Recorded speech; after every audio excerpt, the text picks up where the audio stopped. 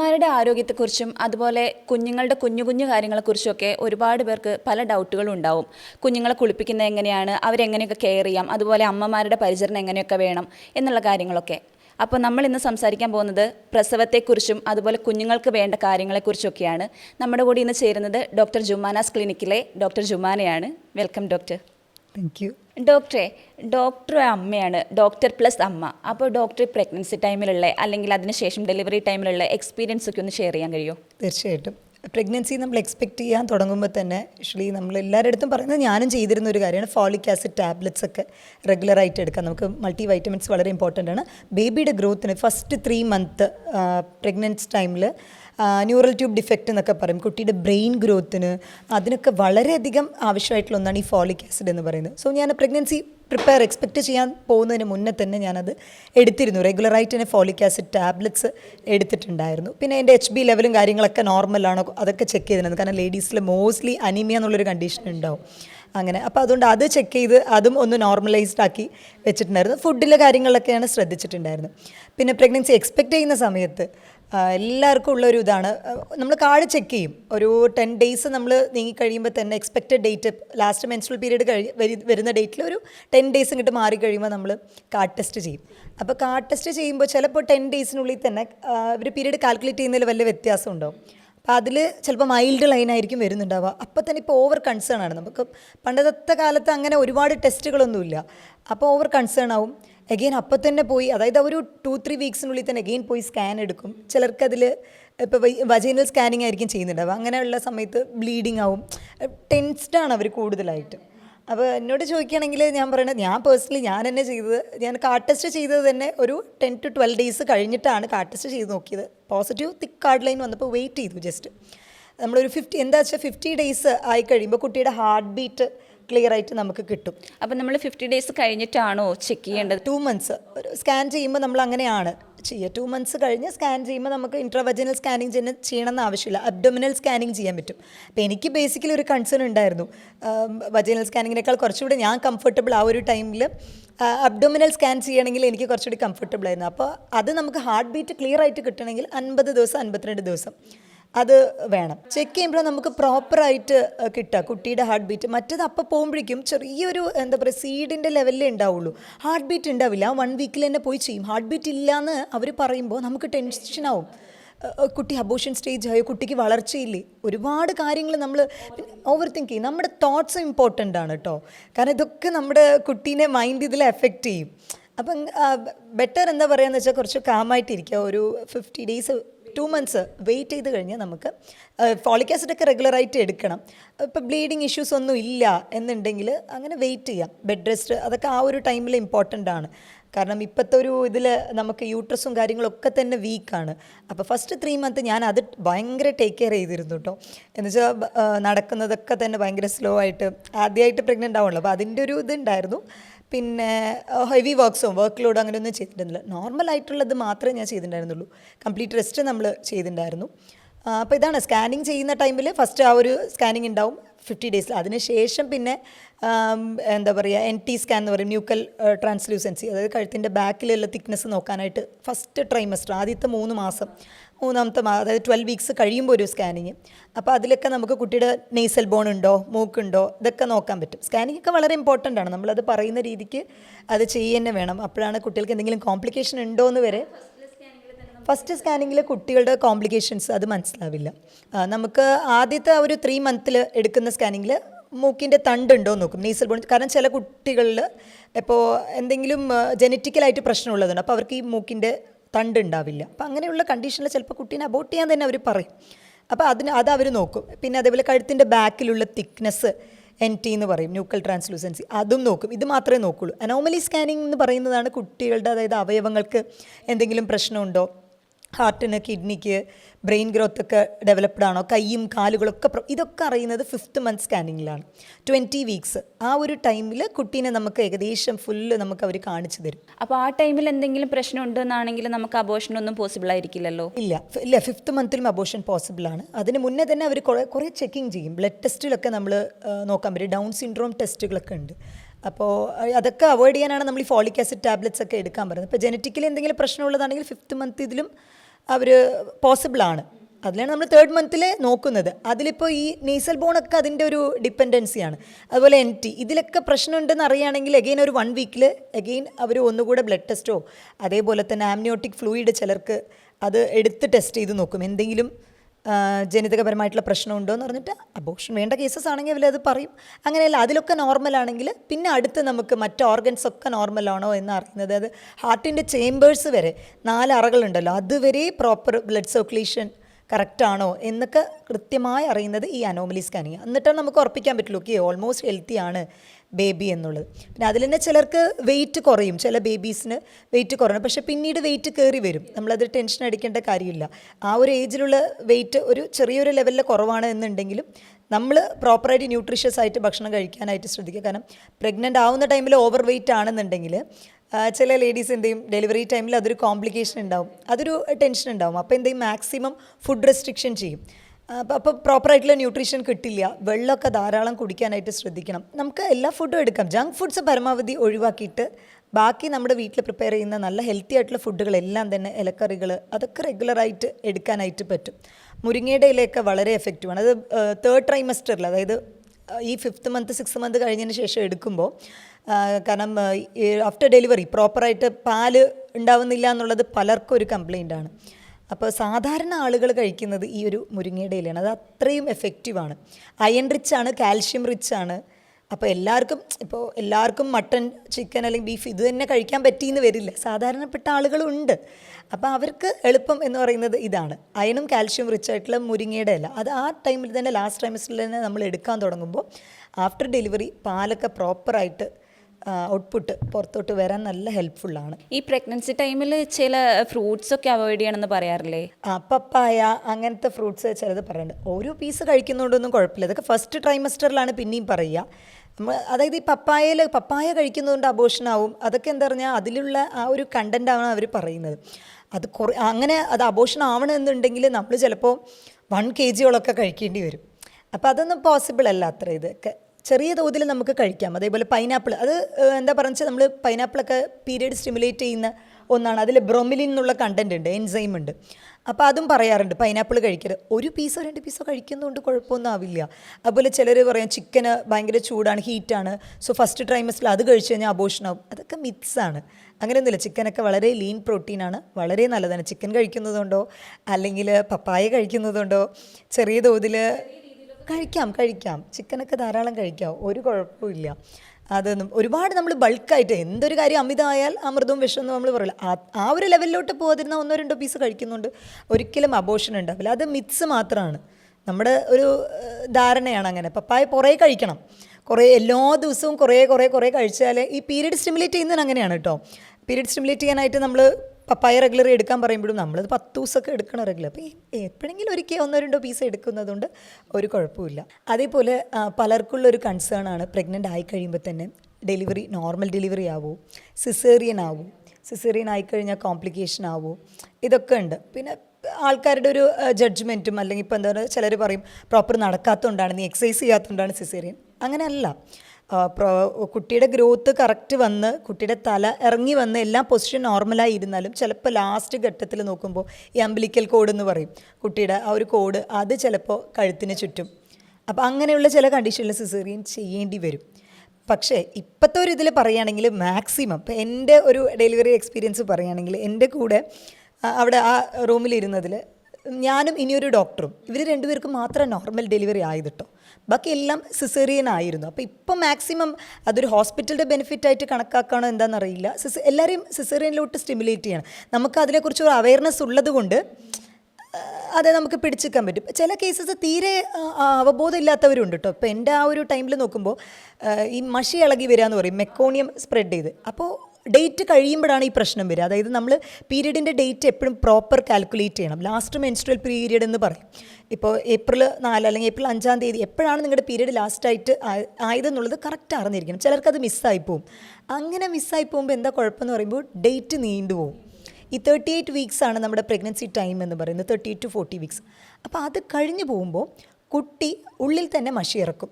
Meconium എന്ന് പറയും, ആദ്യത്തെ മോഷൻ അവിടെ പാസ്സാവും. അങ്ങനെ ചെയ്യുന്ന ടൈമിൽ വയറിന് ചുറ്റും ഒരു നീലിച്ച്, ഞാൻ എൻ്റെ കണ്ണുകൊണ്ട് നേരിട്ട് കണ്ടത് തന്നെയാണ്. ആ കൂട്ടത്തിൽ ആ ഡേറ്റ് മാറിപ്പോയി. അതൊക്കെ എമർജൻസി സിസേറിയൻ ചെയ്യേണ്ട കണ്ടീഷനാണ്. കാരണം ഈ മഷി ഇളകിയിട്ട് ആ മെക്കോണിയം കുട്ടി അത് വലിച്ചെടുക്കുമ്പോൾ പിന്നീട് അങ്ങനെ ജനിക്കുന്ന കുട്ടികൾക്കാണ് ഈ ഓട്ടിസം പോലുള്ള പ്രശ്നങ്ങൾ വരുന്നത്. അവരുടെ ബ്രെയിൻ ഗ്രോത്തിന്, അത് ഡെവലപ്മെൻറ്റിനെ എഫക്റ്റ് ചെയ്യും. എത്രയും പെട്ടെന്ന് തന്നെ എമർജൻസി ആയിട്ട് സിസേറിയൻ ചെയ്യേണ്ട കണ്ടീഷനാണ്. ഈ മഷി കുടിച്ചിട്ട് കുഞ്ഞുങ്ങൾ മരിക്കുന്നു എന്നുള്ളൊരു കണ്ടീഷനൊക്കെ ഉണ്ടല്ലോ. അതെ അതാണ്, അത് എമർജൻസി ആയിട്ട് സിസേറിയൻ ചെയ്യേണ്ടത്. അല്ലെങ്കിൽ കുട്ടി അവിടെ എന്താ പറയുക, കുട്ടിക്ക് ശ്വാസം കിട്ടാതെയാവും. അതൊരു പോയ്സൺ പോലെയാണ്. അപ്പം അങ്ങനെയുള്ള കുഞ്ഞുങ്ങൾക്ക് അവർ പുറത്തേക്ക് വന്നു കഴിഞ്ഞാലും പിന്നത്തെ ജീവിതത്തിൽ അവർക്ക് ആസ്മ പോലെയുള്ള കണ്ടീഷനൊക്കെ ആസ്മ പോലുള്ള കണ്ടീഷൻ ഉണ്ടാവും. അത് മാത്രമല്ല, അവർ അതൊക്കെ റിമൂവ് ചെയ്താലും, ഇപ്പോൾ ലങ്സിൽ നിന്നൊക്കെ അവർ കംപ്ലീറ്റ് മാക്സിമം എടുത്ത് കളയും. അങ്ങനെ കളഞ്ഞാലും കുറച്ച് നേരമെങ്കിലും അവർക്ക് ഈ ബ്രെയിനിലോട്ട് പോകുന്ന ഓക്സിജൻ ഉണ്ടല്ലോ, അത് സ്റ്റക്ക് ആവാൻ സാധ്യതയുണ്ട്. അപ്പോൾ ആ ഒരു ചെറുപ്പത്തിൽ തന്നെ അങ്ങനെ ആകുമ്പോൾ അവരുടെ ഡെവലപ്മെൻറ്റ് കുറച്ച് ഡിലേ ആവാൻ സാധ്യതയുണ്ട് മറ്റു കുട്ടികളെ അപേക്ഷിച്ച്. ഇപ്പോൾ നമ്മൾ ഓട്ടിസം അല്ലെങ്കിൽ ഇത് റിലേറ്റഡ് ആയിട്ട് വരുന്ന ഡെവലപ്മെൻറ്റൽ ഡിലേ വരുന്ന കുട്ടികളുണ്ടല്ലോ, അങ്ങനെയുള്ളവർക്ക് നമ്മൾ ആദ്യം ഹിസ്റ്ററി എടുക്കുന്നത് ഇതാണ്. ഞാൻ ആദ്യം ചോദിക്കുന്നത് ഇതാണ്, നമ്മൾ ഡെലിവറി ടൈമിൽ ഡിലേ ആയിരുന്നോ, അല്ലെങ്കിൽ കുട്ടി പുറത്ത് വന്നതിന് ശേഷമാണോ മഷി ഇറക്കിയത്, അതോ ഉള്ളിൽ തന്നെ മഷി ഇറക്കിയോ, എന്തായിരുന്നു സിസേറിയൻ ചെയ്യാനുള്ള റീസൺ എന്ന് പറഞ്ഞു. അപ്പോൾ അത് സിസേറിയൻ എമർജൻസിയാണ്.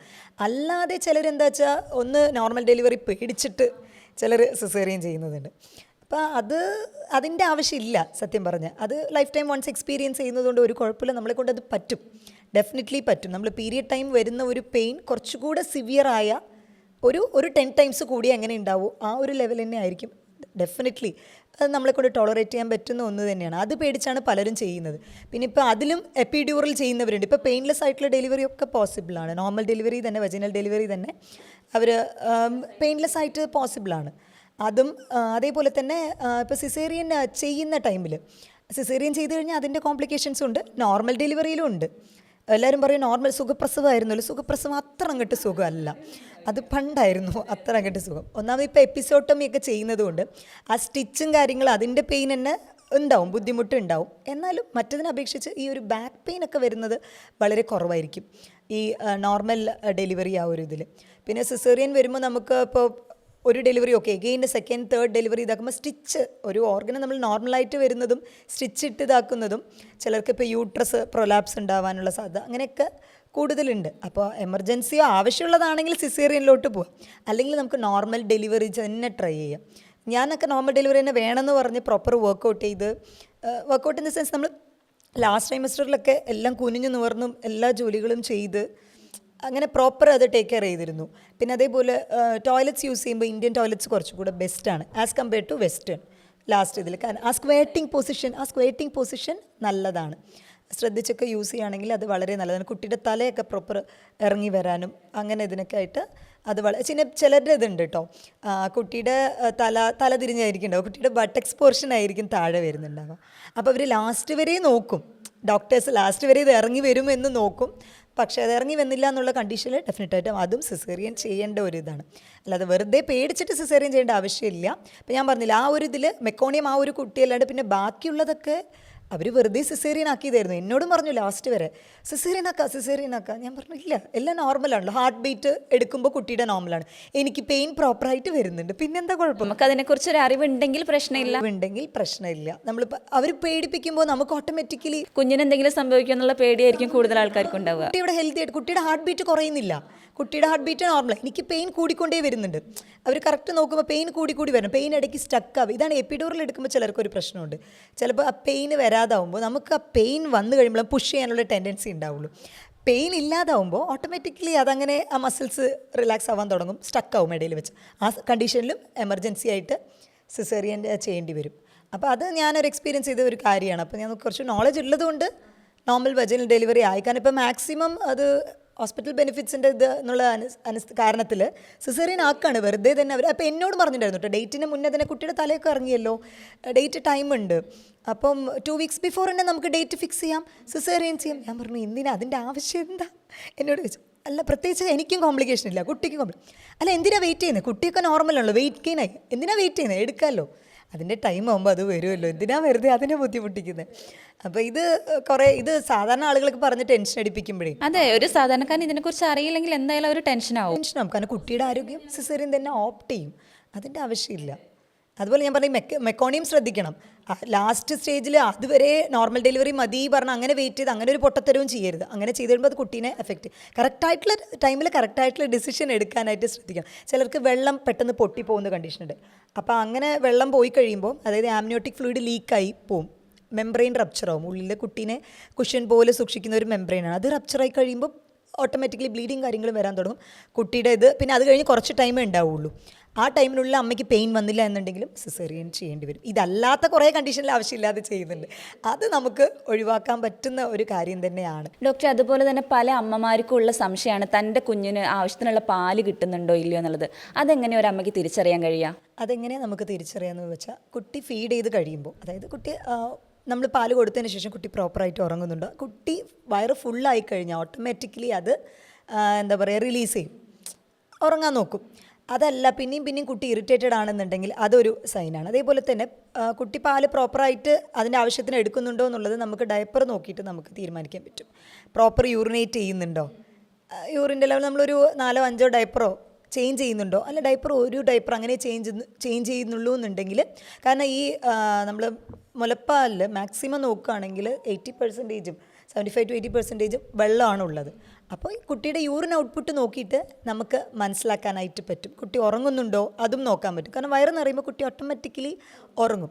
ഇതൊക്കെയാണ് ഹെൽത്തി സൈൻ. പിന്നെ വെയിറ്റ് ഗെയിൻ ഉണ്ടോ, വെയിറ്റ് ഗെയിൻ ആദ്യത്തെ 3 മാസം അങ്ങനെ ഒരുപാട് കിലോ കണക്കിൽ അങ്ങനെ കൂടിയൊന്നും വരില്ല. ചെറിയ തോതിലാണ് വെയിറ്റ് ഗെയിൻ വരിക. ആദ്യത്തെ 6 മാസത്തോളം അങ്ങനെ ചെറിയ തോതിലാണ്. അപ്പോൾ പ്രോപ്പർ വെയിറ്റ് ഗെയിൻ കുട്ടിക്കുണ്ടോ എന്നുള്ളത് നോക്കിക്കഴിഞ്ഞാൽ തന്നെ നമുക്ക് മനസ്സിലാവും. ഇത്രയും കാര്യങ്ങൾ തന്നെ ശ്രദ്ധിച്ചാൽ മതി. ഓവർ ഫീഡ് ചെയ്യുമ്പോഴും പ്രശ്നമാണ്. കുട്ടിയുടെ ചിലർക്ക് മൂക്ക് വഴി വരും, അല്ലെങ്കിൽ അതങ്ങനെ പുളിച്ച് തേട്ടി കുട്ടികൾക്ക് വരും. അപ്പോൾ ചില അമ്മമാർക്ക് പാല് കുറവുള്ള കേസസും ഉണ്ട്, ചില അമ്മമാർക്ക് പാല് ഒരുപാട് കൂടി വരുന്ന കേസസും ഉണ്ട്. അപ്പോൾ കുറഞ്ഞു വരുന്നവർക്കൊക്കെ നമ്മൾ യൂഷ്വലി ഗലേഗ എന്നുള്ളൊരു ടിഞ്ചർ കൊടുക്കാറുണ്ട്. അത് വളരെയധികം എഫക്റ്റീവാണ്. അതുപോലെ ലാക് ഡീഫ്ലോറേറ്റം എന്ന് പറഞ്ഞ് ഒരു മെഡിസിൻ കൊടുക്കാറുണ്ട്. അതും വളരെയധികം എഫക്റ്റീവാണ്. അത് പശുവിടെ ഇതിൽ നിന്നും പ്രിപ്പയർ ചെയ്യുന്നതാണ്, സ്കിംഡ് മിൽക്കിൽ നിന്ന് പ്രിപ്പയർ ചെയ്യുന്നതാണ്. അത് വളരെയധികം ഇഫക്റ്റീവായിട്ട് കാണാറുണ്ട്. പിന്നെ റിസിനസ് കമ്മ്യൂണിസ്റ്റ് എന്ന് പറയും, നമ്മൾ ഈ കമ്മ്യൂണിസ്റ്റ് പച്ചയിൽ നിന്നൊക്കെ പ്രിപ്പയർ ചെയ്യുന്നത്. അപ്പോൾ അതും ആക്ച്വലി എഫക്റ്റീവാണ്. പാലിൻ്റെ ആ ഒരു ഔട്ട്പുട്ട് കൂട്ടാനായിട്ട് വളരെ എഫക്റ്റീവാണ്. പിന്നെ ഉലുവ നല്ലതാണ് പാല് കുറവുള്ളവർക്ക്. കാരണം ഇപ്പോൾ ഒരുപാട് പേര് ഫോർമുല മിൽക്കിനൊക്കെ ഡിപ്പെൻഡ് ചെയ്തിട്ടാണല്ലോ ഇരിക്കുന്നത്. ചിലർക്ക് തീരെ ഉണ്ടാവില്ല. പിന്നെ അത് മെയിൻ എന്താണെന്ന് വെച്ചാൽ, സ്റ്റാർട്ടിങ്ങിൽ തന്നെ നമ്മൾ കൊളോസ്ട്രം എന്ന് പറയും, ആദ്യത്തെ പാല്, അത് വളരെയധികം ഇമ്പോർട്ടൻ്റ് ആണ് കുട്ടിക്ക് കൊടുക്കണം എന്നുള്ളത്. ആദ്യം നമ്മൾ തേൻ വയ്ക്കുക, അങ്ങനെയൊക്കെ ചില മിത്സ് ഉണ്ടല്ലോ. തേന് വയ്ക്കുക, അല്ലെങ്കിൽ പഞ്ചസാരയുടെ വെള്ളം, അല്ലെങ്കിൽ എന്തെങ്കിലും വെള്ളം നാവിലിടുക, അതൊന്നും ചെയ്യരുത്. ആക്ച്വലി ആ കുട്ടിക്ക് ആദ്യം എത്തേണ്ടത് അമ്മയുടെ പാൽ. അത് ആദ്യത്തെ ആ ഒരു ചുരക്കുന്ന മുലപ്പാൽ എന്ന് പറയുന്ന ഒരു യെല്ലോയിഷ് കളറായിരിക്കും. അത് ലൈഫ് ലോങ് കുട്ടിക്ക് കിട്ടേണ്ട എല്ലാ പ്രതിരോധശേഷിയും കൂടെ ഉള്ള ഒരു കണ്ടൻറ്റാണ്. അത് കുട്ടിക്ക് കിട്ടിയേ മതിയാവും, കൊളോസ്ട്രം എന്ന് പറയുന്നത്. അപ്പോൾ അത് പ്രോപ്പർ കിട്ടുന്നുണ്ടോ എന്ന് ശ്രദ്ധിക്കുക. അല്ലാതെ നമ്മൾ വെള്ളം, കുട്ടിക്ക് ദാഹം ഉണ്ടാവില്ല അങ്ങനെ വിചാരിക്കും കേട്ടോ. ചിലർ ഇപ്പോൾ ന്യൂ ബോൺ ബേബീസ് ആയിരിക്കും, ഇപ്പോൾ ആദ്യത്തെ 6 മാസം സ്ട്രിക്റ്റായിട്ട് കുട്ടിക്ക് മുലപ്പാൽ അതാണ് കൊടുക്കുക. ഇനി അതില്ല എന്നുള്ള ഒരു ഇതിൽ ഫോർമുല മിൽക്കിലോട്ട് പോവാം. അതല്ലാതെ വെയിലാണല്ലോ, കുട്ടിക്ക് ദാഹിക്കുമല്ലോ, ചില അമ്മമാരോ വയസ്സായവരങ്ങനെ ഉണ്ടാവും, നമ്മളെപ്പോലല്ലോ കുട്ടിക്ക് നാവ് വരലും പറഞ്ഞിട്ട് അവർ വെള്ളം കൊടുക്കും. ചെയ്യരുത്. കാരണം അത് ചിലപ്പോൾ എന്താ വെച്ചാൽ റെസ്പിറേറ്ററി കംപ്ലൈൻ്റ് ആയിട്ട് മാറും, അത് ലങ്സിലോട്ട് കയറാൻ ചാൻസ് ഉണ്ട്. കാരണം ഞാൻ പറഞ്ഞില്ല, ഈ മുലപ്പാലിൽ തന്നെ 80% വാട്ടറാണ് അതിലുള്ളത്. അപ്പോൾ അത് ഫ്രീക്വൻ്റ് ആയിട്ട് കുട്ടിക്ക് 8-12 പ്രാവശ്യം അത് ഫീഡ് ചെയ്താൽ തന്നെ ധാരാളം മതിയാവും. ഡോക്ടർ, അതുപോലെ തന്നെ കുഞ്ഞിന് നമ്മൾ മുലപ്പാൽ കൊടുത്തതിന് ശേഷം കുഞ്ഞിൻ്റെ ഗ്യാസ് പോകാൻ, ആ ഏമ്പക്കം പോകാൻ വേണ്ടിയിട്ട് നമുക്ക് ചെയ്യാൻ പറ്റുന്ന ശരിയായ മെത്തേഡ് എന്താണ്? നമ്മളത് ബർപ്പിംഗ് എന്നാണ് പറയുക. അതായത് കുട്ടീനെ നമ്മൾ പാല് കൊടുത്തതിന് ശേഷം എപ്പോഴും ഒന്ന് തോളിലോട്ട് ഇടും. അങ്ങനെ ഇടുന്ന ടൈമിൽ അവരുടെ വയറുണ്ടല്ലോ, കുഞ്ഞു വയറ് നമ്മുടെ ഈ ഷോൾഡറിൻ്റെ അവിടെ എത്തത്തക്ക രീതിയിൽ ഇങ്ങനെ വെക്കുക.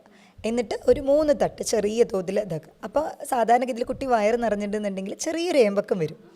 ബർപ്പ് ചെയ്യാന്ന് പറയും നമ്മൾ, ചെറിയൊരു ഏമ്പക്കം വരും. എന്നിട്ട് കുട്ടീനെ കിടത്തുന്നതാണ് എപ്പോഴും നല്ലത്. അങ്ങനെ അല്ലാത്ത സിറ്റുവേഷനിൽ കുട്ടികൾക്ക് പിന്നെ പൊളിച്ചു തേട്ടൽ പോലെ അങ്ങനെ വരിക, ചിലപ്പോൾ മൂക്കിലൂടെ പാലിതായിട്ട് വരും, ചുമ പെട്ടെന്ന് വരും, അങ്ങനത്തെ ഇഷ്യൂസ് ഉണ്ടാകും. അപ്പോൾ എപ്പോഴും ഓരോ ഫീഡിങ്ങിന് ശേഷവും ശ്രദ്ധിക്കുക. 6 മാസം വരെ ഞാനത് ശ്രദ്ധിച്ചിരുന്നു എൻ്റെ കുട്ടികൾക്കും. നിങ്ങളും അത് മാക്സിമം ശ്രദ്ധിക്കുക. 6 മാസം വരെ കുട്ടികൾക്ക് ഫീഡ് ചെയ്തതിന് ശേഷം ബർപ്പ് ചെയ്തിട്ട് മാത്രമേ, ബർപ്പ് ചെയ്യുമ്പോൾ ചിലപ്പോൾ പിന്നെ വയറ് നിറഞ്ഞില്ലെങ്കിൽ കുട്ടിക്ക് ഏമ്പക്കം വരില്ല, ബർപ്പിങ് വരില്ല, അത് ശ്രദ്ധിക്കണം. വയറ് ഫിൽഡ് ആണെന്നുണ്ടെങ്കിൽ ഒരു 3 കൊട്ട് കൊടുക്കുമ്പോഴേക്കും, വയറ് ചെറിയൊരു ഇതിൽ ഷോൾഡറിൽ വെച്ച് കഴിഞ്ഞാൽ ഒരു 3 തട്ട് കൊടുക്കുമ്പോഴേക്കും തന്നെ കുട്ടി ബർപ്പ് ചെയ്യും. ബർപ്പ് ചെയ്ത് കഴിഞ്ഞാൽ പിന്നെ ഓക്കെയാണ്, നമുക്ക് പിന്നെ കുട്ടീനെ കിടത്താം. അതാണ് നമ്മൾ ഗ്യാസ് കളയേണ്ട ഒരു രീതി എന്ന് പറയുന്നത്. പിന്നെ അതുപോലെ തൊട്ടിയിൽ കിടത്തുന്നവർ അത് ശ്രദ്ധിക്കണം. അത് നമ്മൾ എത്ര മാസം കഴിഞ്ഞതിന് ശേഷമാണ് തൊട്ടിൽ കിടത്തുന്നത്? നമ്മൾ ഉടനെ തന്നെ തൊട്ടിയിൽ കിടത്തുന്നവരൊക്കെ ഉണ്ട്. പക്ഷേ ഏറ്റവും നല്ലത് അമ്മയുടെ കൂടെ അമ്മയുടെ ചൂട് കിട്ടണം. ആ ഒരു ചൂട് എപ്പോഴും അങ്ങനെ കിടത്തുന്നത് നല്ലത്. അത് മാത്രമല്ല, ഇപ്പോൾ തൊട്ടിയിൽ കിടക്കുമ്പോൾ നമ്മുടെ കയ്യിൽ നിന്ന് അകന്നുമല്ലോ. എപ്പോഴെപ്പോഴും നമ്മൾ തൊട്ടീനെ പോയി നോക്കാമെന്നുള്ളത് പോസിബിൾ ആയിരിക്കില്ല, ചിലപ്പോൾ അമ്മമാരോർക്കും. പക്ഷേ ഇതങ്ങനെയല്ല. ഇപ്പോൾ കുട്ടി ഇപ്പോൾ ഇടയ്ക്ക് പാല് കൊടുക്കാൻ എണീക്കുന്ന മാത്രമല്ല, കുട്ടിക്ക് എന്തെങ്കിലും ഒരു ഡിസ്ട്രെസ് വന്നു ഉറക്കത്തിൽ തന്നെ. ഇപ്പോൾ ചില കുട്ടികൾക്ക് റീഗർജിറ്റേഷൻ എന്ന് പറയും, ഇങ്ങനെ പുളിച്ച് തേട്ടൽ ഇടയ്ക്കിടയ്ക്ക് വരുന്നതുണ്ടാവും. എന്തെങ്കിലും ഒരു കുട്ടിയുടെ ഡിസ്കംഫർട്ട് മനസ്സിലാക്കണമെന്നുണ്ടെങ്കിൽ കുട്ടി അടുത്ത് ബെഡിൽ നമ്മുടെ കൂടെ കിടത്തുന്നതാണ് ഏറ്റവും ബെസ്റ്റ്. രാവിലെ നേരമാണെങ്കിലും അങ്ങനെ പാല് കൊടുത്ത ഉടനെ അങ്ങനെ കിടത്തരുത്. കാരണം അങ്ങനെയൊക്കെ ഒരുപാട് നമ്മൾ ന്യൂസ് കേട്ടിട്ടുള്ളതാണ്. ഉണ്ട്, ശ്രദ്ധിക്കാതെ പോകും. അപ്പോൾ കുട്ടിക്ക് ശ്വാസം മുട്ടും. നമ്മളിങ്ങനെ കിടന്നു കഴിയുമ്പോൾ കുട്ടിക്ക് എന്താ ചെയ്യേണ്ടതെന്ന് അറിയില്ല. തൊട്ടിയിലാവുമ്പോൾ നമ്മൾ പാല് കൊടുത്തുകൊണ്ട് ചിലപ്പോൾ തട്ടാതെയൊക്കെ അങ്ങനെ കിടക്കുമ്പോൾ അത് കയറിയിട്ട് മൂക്കിൻ്റെ ഉള്ളിൽ കയറി കുട്ടി മരിച്ച സിറ്റുവേഷൻസ് ഒക്കെ ഉണ്ട്. അപ്പോൾ തൊട്ടിയിൽ കിടത്തുന്നത് സേഫ് അല്ല. ടു ബി ഫ്രാങ്ക്, ഒരു 3-4 മാസം വരെയൊക്കെ നമ്മുടെ കൂടെ തന്നെ കിടത്താണ് കുറച്ചുകൂടെ കംഫർട്ടബിൾ. അതാണ് കുട്ടിക്ക് നല്ലത്, അമ്മയ്ക്ക് നല്ലത്. നമുക്കും പെട്ടെന്ന് മനസ്സിലാവും. നമ്മുടെ അടുത്തുള്ള ആൾ പെട്ടെന്ന് ഒരു ഡിസ്ട്രെസ് ആകുമ്പോൾ നമുക്ക് മനസ്സിലാവും. നമ്മൾ ഉണരും, കുട്ടീനെ ടേക്ക് കെയർ ചെയ്യാനും. അതാണ് അമ്മയുടെ ഒരു ചൂട് കിട്ടണം. അതാണ് ഏറ്റവും നല്ലത്. തൊട്ടിൽ മാക്സിമം രാത്രി നേരങ്ങളിലെങ്കിലും പരമാവധി തൊട്ടിയിൽ കിടത്താനിരിക്കാൻ ശ്രദ്ധിക്കുക. കാരണം രാവിലെ ഇപ്പോൾ എല്ലാ സമയം വർക്കും കാര്യങ്ങളും ഉള്ളതുകൊണ്ട് ചിലപ്പോൾ ചില അമ്മമാർക്ക് പറ്റില്ല. പിന്നെ രാവിലെ എല്ലാവരും നോക്കും, കുട്ടീനെ ഇടയ്ക്കിടയ്ക്ക് വന്ന ആൾക്കാരുണ്ടാവും ചുറ്റും. അപ്പോൾ രാത്രി നേരത്ത് തൊട്ടിയിൽ കിടത്തുന്ന പരിപാടി അത് നല്ലതല്ല. അത് അമ്മയുടെ കൂടെ തന്നെ കിടത്തുന്നതാണ് ഏറ്റവും ബെസ്റ്റ്. അതുപോലെ തന്നെ കുഞ്ഞിന് പാല് കൊടുക്കുന്ന സമയത്ത് ഇരുന്നിട്ട് കൊടുക്കുന്നതാണോ അതോ കിടന്നിട്ട് കൊടുക്കുന്നതിൽ എന്തെങ്കിലും പ്രശ്നം ഉണ്ടോ? സിസേറിയൻ ചെയ്ത ആളുകൾക്ക് അവർക്ക് ഇരിക്കാനുള്ളൊരു ബുദ്ധിമുട്ട് കാരണം അങ്ങനെ പറയാറുണ്ട്. യൂഷ്വലി ആ ഒരു പൊസിഷനിൽ നിന്ന് കിടന്നിട്ട് കൊടുക്കണേക്കാളും ഇരുന്നിട്ട് കൊടുക്കുമ്പോഴാണ് പ്രോപ്പറായിട്ട് കുട്ടിക്ക് ഫീഡ് എടുക്കാനായിട്ട് പറ്റുള്ളൂ. അത് വലിച്ചു കുടിക്കാനും ആ ഒരു പൊസിഷനും ഒക്കെ പ്രോപ്പറായിട്ട്. പിന്നെ കുട്ടിയുടെ മൂക്കിൽ കയറുക അങ്ങനത്തെ ഇഷ്യൂസ് ഒന്നും വരില്ല. കിടന്നു കൊടുക്കുന്നത് ഈ ഒരു ഫസ്റ്റ് 2 days പറയാറുണ്ട്. ഈ സിസേറിയൻ സെഷൻ ചെയ്തവർക്ക് ഇരിക്കാനുള്ളൊരു ബുദ്ധിമുട്ട് കാരണം പറയാന്നുള്ളത്. പിന്നെ അമ്മമാർ ആ ഒരു കംഫർട്ട്നെസ് നോക്കിയിട്ട് കിടന്നുകൊണ്ട് തന്നെ അങ്ങനെ ഒരു ശീലിക്കലുണ്ട്. പക്ഷേ ഏറ്റവും നല്ലത് ഇരുന്ന് കൊടുക്കുക. അങ്ങനെ കൊടുക്കുമ്പോഴാണ് കുട്ടിക്കും പ്രോപ്പറായിട്ട് ആ ഒരു എന്താ പറയുക അറ്റാച്ച്മെൻറ്റ് വരുള്ളൂ. മൗത്ത് പ്രോപ്പറായിട്ട് അതിൻ്റെ ഉള്ളിൽ വെച്ച് സക്ക് ചെയ്ത് കുട്ടിക്ക് വലിച്ചു കുടിക്കാൻ പറ്റുള്ളൂ. അപ്പോൾ എന്നോട് ചോദിക്കുകയാണെങ്കിൽ ഇരുന്ന് ഫീഡ് ചെയ്യുന്നതായിരിക്കും ഏറ്റവും ബെസ്റ്റായിട്ടുള്ളത്. അതുപോലെ പണ്ടുള്ള ആൾക്കാരൊക്കെ പറഞ്ഞു കേട്ടിട്ടുണ്ട്, കുഞ്ഞിനെ ഏത് സമയവും എടുത്തുകൊണ്ട് നടന്ന് അമ്മേൻ്റെ കയ്യിൻ്റെ ചൂട് കിട്ടിക്കഴിഞ്ഞാൽ പിന്നെ മാറ്റിക്കിടത്തുമ്പോൾ ബുദ്ധിമുട്ടാണെന്നുള്ളത്. അപ്പോൾ അതിലെന്തെങ്കിലും കാര്യമുണ്ടോ? ഇല്ല, അത് അങ്ങനെയല്ല. അതങ്ങനെ പറയാറുണ്ട് അവർ. പക്ഷേ കുട്ടിക്ക് ആ ഒരു ചൂട് വേണം. അമ്മയുടെ ആ ഒരു ബോണ്ടിങ് എന്നുള്ളത് ഫസ്റ്റ് ഒരു 1 year ഏതൊരു കുട്ടിക്കും വേണം. എന്ന് വെച്ചാൽ അത് കാരണം കുട്ടി മാറിക്കിടക്കുകയില്ല, അങ്ങനെയൊന്നുമില്ല കേട്ടോ. അങ്ങനെയൊന്നുമില്ല. അത് അവരെന്താ വെച്ചാൽ ആ സമയത്ത് ജോലിയൊക്കെ ചെയ്യണമല്ലോ, അമ്മയ്ക്ക് വേറെ ജോലിയും കാര്യങ്ങളൊക്കെ ഉണ്ടാവും. അപ്പോൾ അതിൻ്റെ ഒരു കൺസേൺ ആയിട്ട് അവർ പറയുന്നതാണ് അങ്ങനെ. പക്ഷെ കുട്ടി എപ്പോഴും അങ്ങനെ എടുത്ത് നടക്കാന്നുള്ളതല്ല. എന്നാലും മാക്സിമം എത്രത്തോളം അറ്റാച്ച്മെൻറ്റ് ആ ഒരു ബോണ്ടിങ് കിട്ടണം കുട്ടിക്കും അത് നല്ലതാണ്. അമ്മയുടെ ഒരു ഹോർമോൺസൊക്കെ പ്രോപ്പറായിട്ട് പ്രവർത്തിക്കാനും. കാരണം ഈ ഒരുപാട് ലേഡീസിന് ഡിപ്രഷനും കാര്യങ്ങളൊക്കെ വരുന്നതുണ്ട്. അപ്പം അതൊക്കെ ഓവർകം ചെയ്യാനും കുട്ടിക്ക് നല്ല ഹെൽത്തി ആയിട്ട് വളരാനും അത് തന്നെയാണ് നല്ലത്. അങ്ങനെ എപ്പോഴും എടുക്കാമെന്നല്ലെങ്കിൽ മാക്സിമം അമ്മയുമായിട്ടുള്ള ഒരു അറ്റാച്ച്മെൻറ്റ് ഉണ്ടാവണം. പിന്നീട് മാറ്റിക്കിടക്കില്ല, അതൊക്കെ നമ്മളൊരു ഏജ് കഴിയുമ്പോൾ ഓട്ടോമാറ്റിക്കലി 1 or 2 year കഴിയുമ്പോൾ അവരെന്നെ വളർന്ന ഒരു സ്റ്റേജ് എത്തുമ്പോൾ അത് മാറും. അത് കുഴപ്പമൊന്നുമില്ല. അത് എന്ന് വെച്ച് നമ്മൾ മാറ്റി കിടത്തണമെന്നില്ല. അല്ലാതെ എടുത്തുകൊണ്ടിരിക്കുക. മാക്സിമം എത്രത്തോളം പറ്റുമോ കുട്ടീനെ അറ്റാച്ച്ഡ് ആയിട്ട് തന്നെ അമ്മമാർ വെക്കണം എന്നുള്ളത് തന്നെയാണ്. ഡോക്ടർ, അതുപോലെ തന്നെ കുഞ്ഞുങ്ങൾക്ക് എപ്പോൾ മുതൽ നമുക്ക് ബോട്ടിൽ ഫീഡിങ് ശീലിപ്പിക്കാൻ പറ്റും? അതിൻ്റെ ഗുണങ്ങളും ദോഷങ്ങളൊക്കെ എന്തൊക്കെയാണ്? നമ്മൾ ബോട്ടിൽ ഫീഡിങ് ഇൻ ദ സെൻസ് ഇത് 2 തരത്തിലുണ്ട്. ഒന്ന് ബ്രസ്റ്റ് മിൽക്ക് തന്നെ ബോട്ടിൽ ഫീഡ് ചെയ്യുന്നതുണ്ട്. കാരണം വർക്കിംഗ് വുമൺസ് ഒരുപാട് പേരുള്ളതുകൊണ്ട് തന്നെ. അപ്പോൾ അവർ ബ്രസ്റ്റ് പമ്പ് ഉപയോഗിച്ചിട്ടാണ് പമ്പ് ചെയ്ത് വെക്കുക. അങ്ങനെ പമ്പ് ചെയ്ത് വെക്കുമ്പോൾ നമുക്ക് 4 hours വരെ സ്റ്റോർ ചെയ്യാനായിട്ട് പറ്റും. അപ്പോൾ നമുക്ക് സ്റ്റീലിൻ്റെ ബോട്ടിൽ യൂസ് ചെയ്യുന്നതായിരിക്കും നല്ലത് ആ ഒരു കണ്ടീഷനിൽ. യൂഷ്വലി നമ്മൾ പറയാറ് സ്പൂണോ അല്ലെങ്കിൽ നമ്മൾ ചെറിയൊരു ശംഖ് അതൊക്കെ യൂസ് ചെയ്തിട്ടാണ് കൊടുക്കാൻ പറയുക. കാരണം ഈ ബോട്ടിലിൻ്റെ നിപ്പിളൊക്കെ പ്രോപ്പർ തിളപ്പിച്ച് എപ്പോഴും ക്ലീൻ ചെയ്യണം. ഈ സ്പൂണോ അല്ലെങ്കിൽ ഇതാകുമ്പോൾ ജസ്റ്റ് ഒന്ന് വാഷ് ചെയ്താൽ തന്നെ അത് ക്ലീൻ ആവും. അപ്പോൾ അതുകൊണ്ടാണ് അങ്ങനെ പറയാറ്. അപ്പോൾ ഈ ശംഖാവുമ്പോൾ അത് ഹൈജീൻ ആയിരിക്കും? ശംഖാവുമ്പോൾ നമുക്ക് ചുമ്മാ ഒന്ന് വാഷ് ചെയ്താൽ തന്നെ ക്ലീൻ ആവും. നമ്മളിപ്പോൾ NICUലൊക്കെ പോയി കഴിഞ്ഞാൽ, അതായത് കുട്ടികൾ നിയോനേറ്റൽ ICUയിൽ പോയി കഴിഞ്ഞാൽ, അവിടെ കുട്ടികളെ കൊണ്ടുപോയി കഴിഞ്ഞാൽ അവർ ബോട്ടിൽ ഫീഡിങ് അലോ ചെയ്യില്ല. അവർ മാക്സിമം അവർ പറയുക ഇത് തന്നെയാണ്, അവർ ഒരു ചെറിയൊരു ശംഖാണ് ഉണ്ടാവുക, അതിലാണ് കുട്ടികൾക്ക് അവർ ഒഴിച്ചു കൊടുക്കുക. അല്ലെങ്കിൽ സ്പൂൺ ഉപയോഗിക്കും. ഇത് രണ്ടും എന്താ വെച്ചാൽ കുട്ടികൾക്ക് വേറെ ബാക്ടീരിയൽ ഇൻഫെക്ഷൻ ഒന്നും വരാൻ ചാൻസ് ഇല്ല. മറ്റേത് നമ്മൾ പ്രോപ്പർ ക്ലീൻ ചെയ്തില്ലെങ്കിൽ വയറിന് കുട്ടിക്ക് പ്രശ്നമാവും. ശരിക്കും തിളപ്പിക്കുക തന്നെ വേണം. അതിൻ്റെ നിപ്പിളും കാര്യങ്ങളൊക്കെ പ്ലാസ്റ്റിക് ബോട്ടിലിനേക്കാളും കൂടുതൽ നല്ലത് സ്റ്റീൽ ബോട്ടിൽസ് ഇതൊക്കെ തന്നെയാണ്. അപ്പോൾ ബോട്ടിൽ ഫീഡിങ് എന്ന് പറയുകയാണെങ്കിൽ നമ്മൾ ബ്രസ്റ്റ് മിൽക്ക് ഇത് ചെയ്യുന്നതാണെന്ന്. ചിലർക്ക് ബ്രസ്റ്റ് മിൽക്ക് ഇല്ല, അല്ലെങ്കിൽ അമ്മയ്ക്ക് എന്തെങ്കിലും അസുഖങ്ങൾ കാരണം ഫീഡ് ചെയ്യാൻ പറ്റാത്തൊരു സിറ്റുവേഷൻ വരുന്ന ടൈമിൽ നമ്മൾ ഫോർമുല മിൽക്ക് ഒരു ഓപ്ഷനിലായിട്ട് പറയാറുണ്ട്.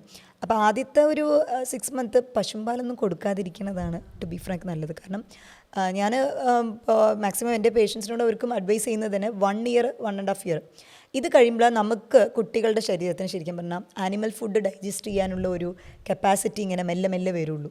അപ്പോൾ 6 മാസം വരെ നമ്മൾ മുലപ്പാൽ, അതായത് ബ്രസ്റ്റ് മിൽക്ക് മാത്രമായിട്ട് കൊടുക്കാൻ പറയും, അങ്ങനെ അല്ലെങ്കിൽ ഫോർമുല മിൽക്ക്. അതിനുശേഷം നമ്മൾ വീട്ടിൽ പ്രിപ്പയർ ചെയ്യുന്ന ഫുഡില്ലേ അതാണ് ഗ്രാജ്വലി കൊടുക്കാൻ പറയുക. പിന്നെ ഈ പശുമ്പാലും കാര്യങ്ങളൊക്കെ 1.5 ഇയർ കഴിഞ്ഞിട്ട് കൊടുക്കുക, അതും കൊടുക്കുന്നതായിരിക്കും നല്ലത്. കാരണം ചിലർ വിചാരിക്കും ഇപ്പോൾ മിൽമ പാലിനേക്കാളും ഇപ്പോൾ ഒരു പശുമ്പാൽ വീട്ടിൻ്റെ അടുത്തുണ്ട്, പ്യുവറായിട്ട് കിട്ടുന്നുണ്ട്. അങ്ങനെ പണ്ടത്തെ പോലെയൊന്നും അല്ല. ഇപ്പോൾ പാലിൻ്റെ ഔട്ട്പുട്ട് കൂട്ടാനായിട്ട് പശുവിനും ചിലപ്പോൾ ആൻറ്റിബയോട്ടിക്സും കാര്യങ്ങൾക്കൊക്കെ കലർത്തി കൊടുക്കുന്നുണ്ടാവും. അപ്പോൾ അങ്ങനെ ഫ്രീക്വൻ്റ് ആയിട്ട് ഉപയോഗിക്കുന്നവർക്ക് ചിലപ്പോൾ അറ്റോപ്പിക് എക്സീമ പോലുള്ള കണ്ടീഷൻ ഉണ്ട്, അതായത് സ്കിൻ അലർജിയും റെസ്പിറേഷൻ്റെ പ്രശ്നം ഇങ്ങനെ വന്നും കണ്ടിട്ടുണ്ട് കുട്ടികളിൽ, ഒരുപാട് കുട്ടികളിൽ. അപ്പോൾ ഞാൻ അത് ചോദിച്ച് മനസ്സിലാക്കിയിട്ട് അവരോട് പറയും, പാല് നിർത്താൻ തന്നെ പറയാറുണ്ട്. അപ്പോൾ അതുകൊണ്ട് ഫോർമുല മിൽക്ക് ഒക്കെയാണ് ഇപ്പോൾ ഇങ്ങനെ ചെയ്യുന്ന ടൈമിൽ. അപ്പോൾ യൂസ് ചെയ്യുമ്പോൾ പ്രത്യേകം ശ്രദ്ധിക്കുക. ബോട്ടിൽ ഫീഡിങ് ആകുമ്പോൾ നമുക്ക് 3 മന്ത് കഴിഞ്ഞതിന് ശേഷമൊക്കെ തുടങ്ങാം, കുഴപ്പമില്ല. അതിന് മുന്നേ ആണെങ്കിൽ ഇപ്പോൾ ഇങ്ങനത്തെ ഹെൽത്ത് ഇഷ്യൂസിൽ maximum breast feeding, direct feeding തന്നെയാണ് നല്ലത്. ഇനി വർക്കിംഗ് വുമൺ കണ്ടീഷനൊക്കെ ഞാൻ പറഞ്ഞ പോലെ ഇപ്പോൾ 4 hours വരെയൊക്കെ നമുക്ക് ബ്രസ്റ്റ് മിൽക്ക് എക്സ്ട്രാക്ട് ചെയ്ത് പുറത്ത് വെക്കാം. അതെങ്ങനെ സ്റ്റോർ ചെയ്യാം? ഇല്ല, ഡയറക്റ്റ് ആയിട്ട് തന്നെ വെക്കാം. റൂം ടെമ്പറേച്ചറിൽ തന്നെ 4 hour വരെ പ്രശ്നം വരില്ല. അതിനുശേഷം ഇഷ്യൂസ് ആകും. പിന്നെ റെഫ്രിജറേറ്റ് അങ്ങനെ ചെയ്യേണ്ടി വരും. മാക്സിമം പോകുന്നവരൊരു 4 hour വൺസ് ഫീഡ് ചെയ്യത്തക്ക രീതിയിലാണ്. അല്ലാതെ ലോങ് ടേമിന് നമുക്ക് വെക്കാമെന്ന് പറഞ്ഞാൽ ബുദ്ധിമുട്ടായിരിക്കും. ഈ 6 മന്ത് ടൈമിലാണ്. പിന്നെ നമുക്ക് കുഴപ്പമില്ല, ഫീഡിങ്ങിൻ്റെ ആ ഒരു കുട്ടിയുടെ ഫീഡിങ് ഫ്രീക്വൻറ്റ് വേണമെന്നില്ല. ഇത് 4 hour വരെ നമുക്ക് സൂക്ഷിച്ച് വെക്കാനായിട്ട് പറ്റും. അതേപോലെ അതിനുശേഷം ഇപ്പോൾ നമ്മളിപ്പോൾ എന്തെങ്കിലും വർക്ക് കഴിഞ്ഞ് വന്നതിന് ശേഷം എപ്പോഴും ഇപ്പോൾ ഒന്നെങ്കിൽ കുളിക്കുന്നത് നല്ലതാണ്, അല്ലെങ്കിൽ ബ്രസ്റ്റ് എപ്പോഴും ക്ലീൻ ചെയ്തിട്ട് വേണം കുട്ടിക്ക് ഫീഡ് ചെയ്യാനായിട്ട്. അതിലും ഫസ്റ്റ് വരുന്ന മിൽക്ക് ഒന്ന് എക്സ്ട്രാക്ട് ചെയ്ത് കളയുക.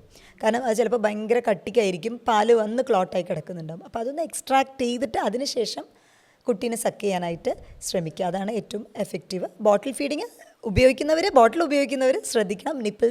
അതിൻ്റെ നിപ്പിൾസൊക്കെ പ്രോപ്പർലി നന്നായി തിളപ്പിച്ച് ക്ലീൻ ചെയ്യുന്നുണ്ടോ എന്നുള്ളത്. അല്ലെങ്കിൽ തീർച്ചയായിട്ടും അത് വയറിൽ ഡിസെൻട്രി, കുട്ടികൾക്ക് ഓരോ പ്രശ്നം ഉണ്ടാക്കും. വയറിനത് ശരിക്കും ഇഷ്യൂസ് ഉണ്ടായിട്ട് അങ്ങനെ കുറേ പേര് വന്നിട്ടുണ്ട് ഹോസ്പിറ്റലും കാര്യങ്ങളിലും. ഡോക്ടർ, അതുപോലെ ഈ ന്യൂ ബോൺ ബേബി എത്ര സമയം വരെ ഉറങ്ങണം? ന്യൂ ബോൺ ബേബീസ് പറയുകയാണെങ്കിൽ 24 മണിക്കൂറിൽ മാക്സിമം പറയുകയാണെങ്കിൽ അവർ 14 മുതൽ 18 മണിക്കൂർ, അതായത് ഒരു 90% അവർ ഉറക്കം തന്നെ ആയിരിക്കും. അപ്പോൾ കുട്ടി ഉറങ്ങുന്നതുകൊണ്ട് എന്തെങ്കിലും ഇഷ്യൂസ് ഉണ്ടെന്ന് വിചാരിക്കരുത്. അങ്ങനെ തന്നെയാണ് ഓരോരുത്തരുടെയും സ്ലീപ്പ് ഷെഡ്യൂളുണ്ട്. നമ്മൾ വലിയൊരു 8 മണിക്കൂർ ഉറങ്ങണം എന്ന് പറയുന്ന പോലെ ഇപ്പോൾ 1 വയസ്സുള്ള കുട്ടി ഒരു 12 മണിക്കൂർ 14 മണിക്കൂർ ഉറങ്ങണം എന്ന് പറയുന്ന പോലെ new born maximum 14 to 16 hours ഉറങ്ങും എന്തായാലും. വളരെ ചെറിയ തോതിൽ മാത്രമേ അവർ ആക്റ്റീവായിട്ട് ഉണ്ടാവുള്ളൂ. അതുപോലെ അവരുടെ ഐസൈറ്റും കാര്യങ്ങളൊക്കെ വളരെ മൈൽഡായിരിക്കും ഈ ഒരു ടൈമിൽ. അതായത് ഒരു 3 months വരെയൊക്കെ നമ്മൾ എന്ത് തന്നെ കാണിച്ചാലും അവരുടെ വിചാരം ഇതൊക്കെ കുട്ടി നോക്കുന്നുണ്ട് എന്ന് പറഞ്ഞ് ആ ഐസൈറ്റൊക്കെ പ്രോപ്പറായി വരാനായിട്ട് അതിൻ്റെ ഒരു ടൈം പീരീഡ് എടുക്കും. എന്തായാലും 3 months ആ ഒരു ടൈം എടുക്കും. അതുവരെ ജസ്റ്റ് ഒന്ന് കുട്ടിക്കൊരു മങ്ങലായിട്ട് മാത്രമേ കാണുന്നുണ്ടാവുള്ളൂ.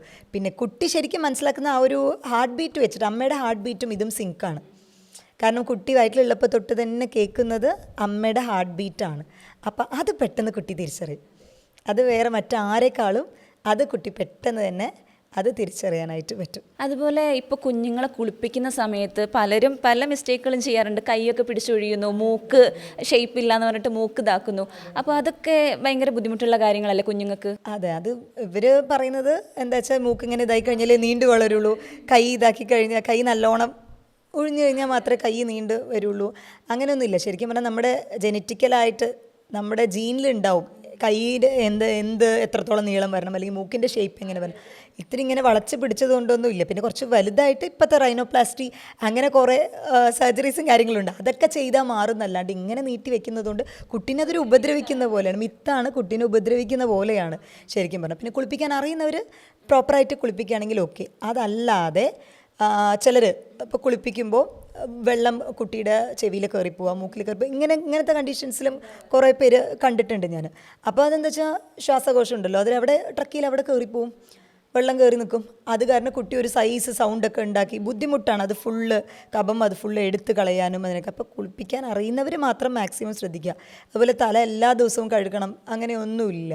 മാക്സിമം ന്യൂ ബോൺ ബേബീസിനൊക്കെ ഇപ്പോൾ 1-2 പ്രാവശ്യം നമുക്ക് ടവൽ ബാത്ത് കൊടുക്കുക അവർക്ക്. അതായത് ഒരു ടവൽ നല്ല ഇളം ഇത്തിരി ചൂടുവെള്ളത്തിൽ നനച്ചിട്ട് പിഴിഞ്ഞിട്ട് ഫുള്ള് അവരുടെ ആംപിറ്റ് കക്ഷം ഭാഗം എല്ലാം മെയില് ദേഹം ഒക്കെ ഒന്ന് തുടച്ച് അങ്ങനെ ചെയ്യാം.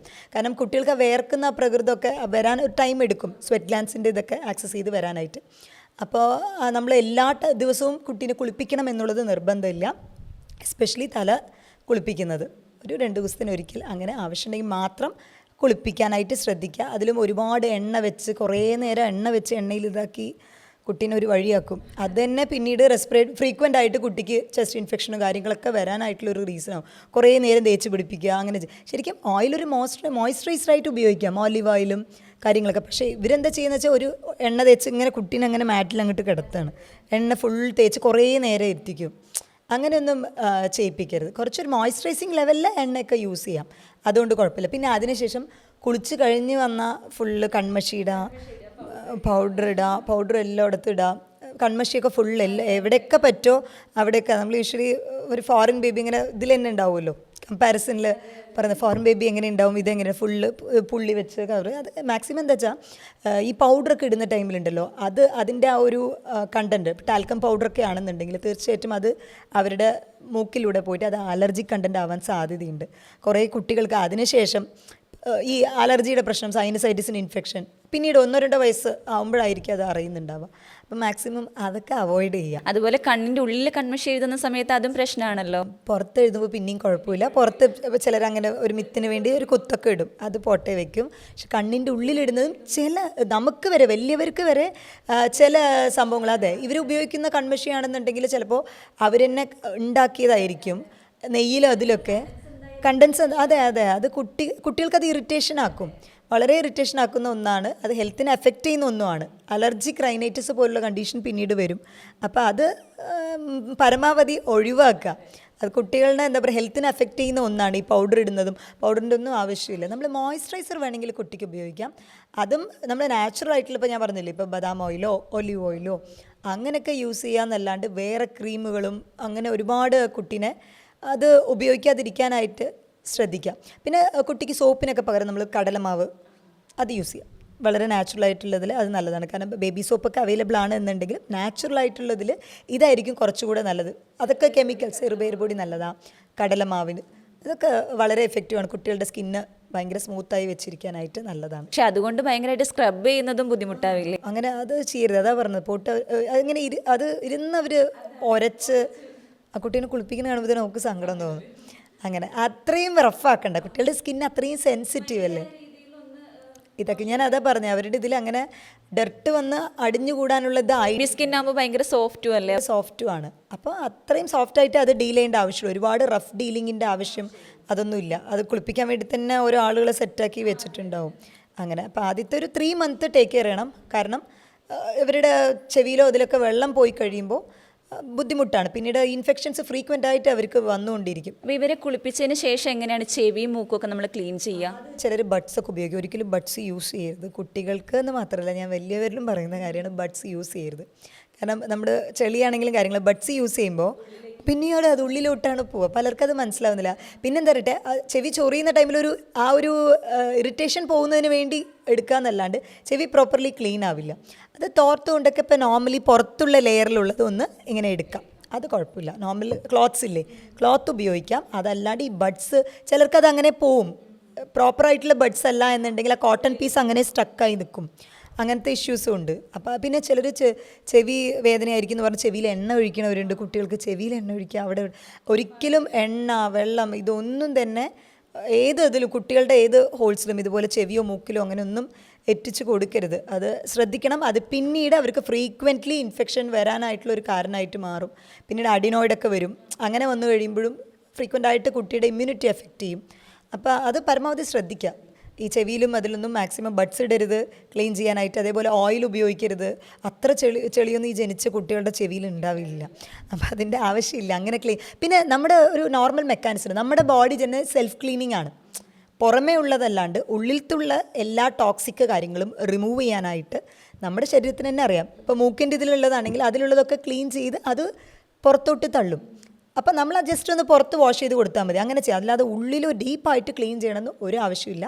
ഇപ്പോൾ വെള്ളം അങ്ങനെ പോയിട്ടുണ്ടെന്നുണ്ടെങ്കിൽ ജസ്റ്റ് ഒരു ഓറിഫേസിൽ ആ ഒരു ഹോളിൻ്റെ പുറത്ത് മാത്രം ഒന്ന് ക്ലീൻ ചെയ്ത് ടവലോ കോട്ടൺ ക്ലോത്ത്സ് എന്തെങ്കിലും യൂസ് ചെയ്താൽ തന്നെ മതിയാവും. ബഡ്സ് ഒരിക്കലും കുട്ടികളിൽ യൂസ് ചെയ്യരുത്. ഡോക്ടർ, അതുപോലെ നവജാത ശിശുക്കളുടെ കരച്ചിൽ എപ്പോഴും വിശക്കുന്നതുകൊണ്ട് മാത്രമായിരിക്കില്ലല്ലോ അവർ കരയുന്നുണ്ടാവുക. അപ്പോൾ അവരുടെ ഓരോ കരച്ചിലിൻ്റെ ടോൺ വെച്ച് നമുക്ക് എങ്ങനെ അത് മനസ്സിലാക്കാൻ കഴിയുക? അതെ, ഇപ്പോൾ എല്ലാ കരച്ചിലും വിശപ്പിനുള്ളതല്ല.